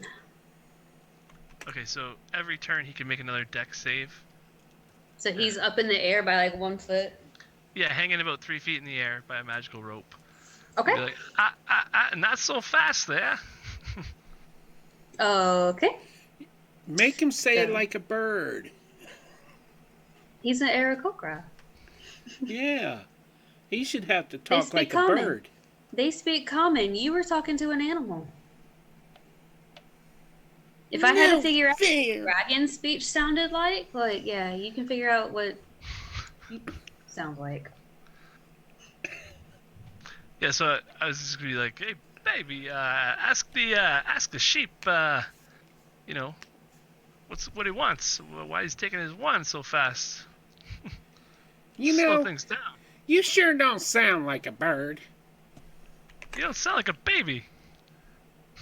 I'm not a baby. I am a toddler. And then I'm gonna turn. Wait, I guess I gotta go over to the sheep. And I'm walking through all that blood and guts. And I'm barefoot, so that it's don't not help. really blood and guts. It's kind of like a leftover Jello Slime. wrestling match. Yeah, like a Jello wrestling match, like the aftermath. It's probably not very good and not very pleasant, and definitely does not smell very good. I can hear my squish squish steps in it as I walk over to the sheep. And what do you want me to ask him? Oh, just like I'm hoping we can find the wand before the sheep does, and just slow things down. I don't want to have the sheep just take off on us or anything like that. So I mean, what even do if you found want the me to wand, ask the now is a sheep? good time to negotiate. Is all I'm thinking. Oh, what do we want? What are we gonna ask him?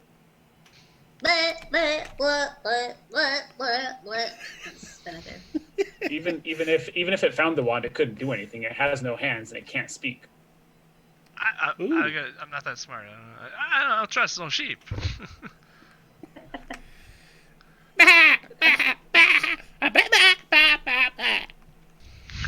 And that translates to, what are we doing here?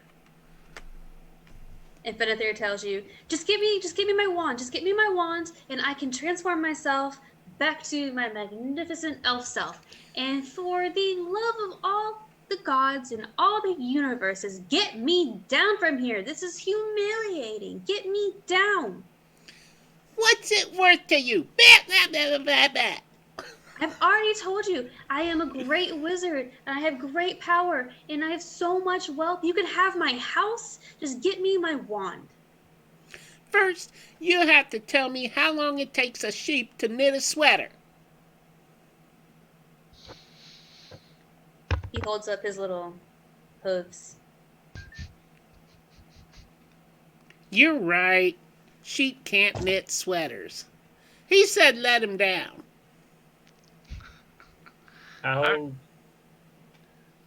guess I'm gonna I look at everybody and just I guess I'll drop the spell if nobody objects. Well, so what's stopping him from turning on us once he gets the wand? Okay, if you're objecting, then I'll not drop the spell. Too late. Well, I'm right there, and I got my love sword. Is anyone actually looking for the wand? Lindis would like to, yeah. Bagak, what are you doing, babe? Can you move me over? I'm coming over. Oh, to yeah, him. yeah. I'm sorry. No, it's okay. I keep forgetting you can. I tried, even when we were on a break. That's good. Yeah. Bagak is still amazed at her bow. I know. I'm still just Or checking my his bow. bow. Yeah, my bow. Like, yeah, I am great. Okay, go ahead and make an investigation check for anyone who's searching. While Lindis ended up getting hit, right? Took some big hits there. Is that? I just took one hit for 12 points of damage, I think was what it was. I don't think you right? got hit at all during this encounter. It's supposed to be like the big bad evil guy. I mean, I only have 48 health from something, so I took damage at some point. It's more health than I have in general, anyway. So. I got a 9. While all this is going on, I'm going to try to fly over to the other side and get a look in this room. And while I'll he's- cast Cure Wounds on the big person that's injured. With Even a though 9, she don't like me. Maverick, did you drop the spell, or is he still up? He can make a saving every throw, saving throw every turn, DC 14. So every 6 seconds. He did. Yeah, he got an 11 that time. Okay, so Lindis with a 9. You can't really tell what's a stick or what might be a wand or what might be grass or what might be a bone or a tooth. You're just kind of like shuffling things with your hoof, and you're kind of just more grossed out because you know that that this is on you and this was a person at a thing. You're having kind of a crisis right now. Sounds about right. And I can also see her like kicking something new that she thinks is a wand. It's like, this is a wand? Nope, it's a bone. Oh, this is a stick wand? Nope, just a stick. Yeah. Muttering to herself out loud. and meanwhile, Cupid healed her for a whopping 4 points. Woohoo. 1, 2, 3, 5. Bagak, while you're admiring your bow, your Yeah. foot steps on something, then you look Yeah, down, yeah. and you're stepping on the wand.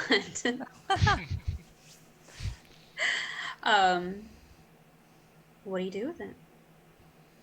Oh. I'll pick it up. Okay. Shoot when you it pick from up, your bow. I'm not super smart anyways. when you pick it up, you can tell it's just not right.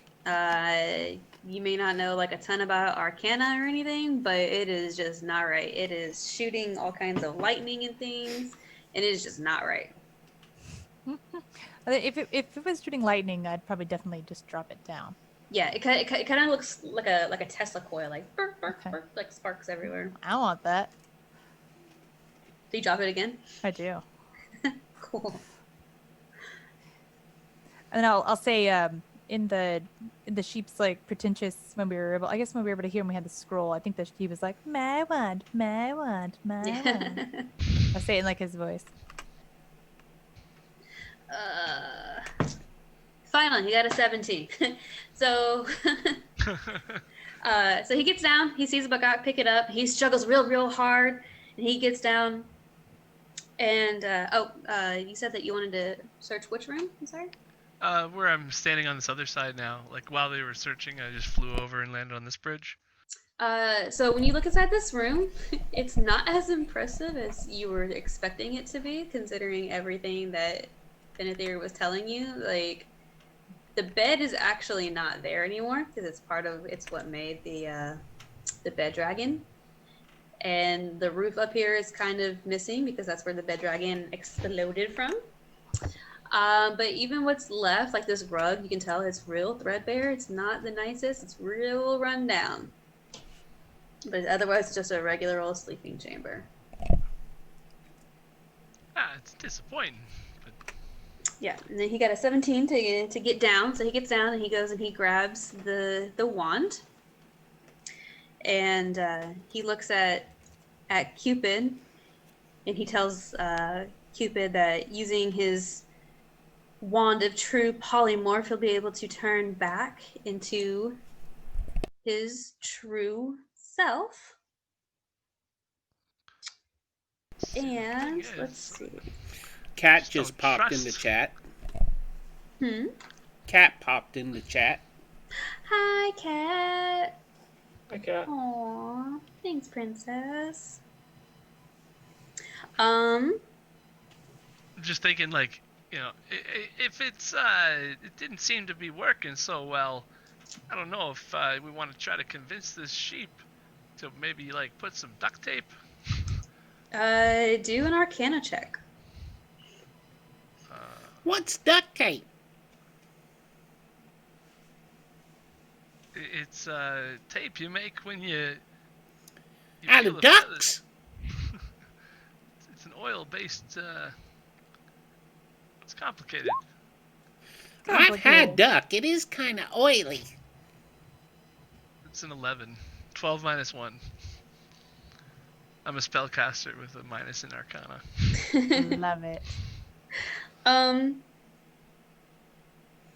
So yeah, so he hears you say this, but he doesn't really care, and he goes ahead and he tries to cast it on himself, and I get to roll to see what happens. Oh. Jinx, jinx, jinx. That is a natural 1. Yeah. No. Cupid dances around a little jig. Yeah. Well, you probably don't want to get too close The because dancing baby is right beside us. it explodes. There is just Uh-oh. a massive cloud of dust and smoke and fire, and as soon as the smoke clears, there is a smudge on the ground where there once was a sheep. What you talking about? And with that, Lamb chops. there's nothing. There's not even like a hoof left. It's just instant. So just no barbecue? incinerated. No barbecue, no lamb chops, no brisket, no nothing. So with that, you guys can go through and you can search the house and everything, and you will realize that Finithir may have not been telling the truth about his wealth, or that Noki had gone through all of his super expensive clothing and magical items. There might be a couple of spell books that anyone in Arcana can, like a sorcerer, if we had a sorcerer, would be interested in. Otherwise, there's not really much. All of any guards that were left have long fled, and you guys have basically an empty house to do what you will. And that is the end of our adventure together. Cupid's in the outhouse. Cupid goes to the outhouse. He learns he gets potty trained. I'm gonna look for somewhere to find a drink. That Lindis was is going to look awesome. somewhere where she can take a shower. Jen, you It's not in the outhouse. you are a great DM. Yeah, was heck yeah, I did awesome. amazing. That was wonderful. You guys did awesome. Y'all kicked too much ass, and I wanted to just give you an owl bear, but okay, I guess not. So, but yeah, thank you guys for hanging out with us. Everybody in chat who was fantastic and stopping by to show support for Peter's fairly new Twitch stream. And Greg. Give him a follow. And Greg. Greg has Save versus Save, and Peter has obviously this one.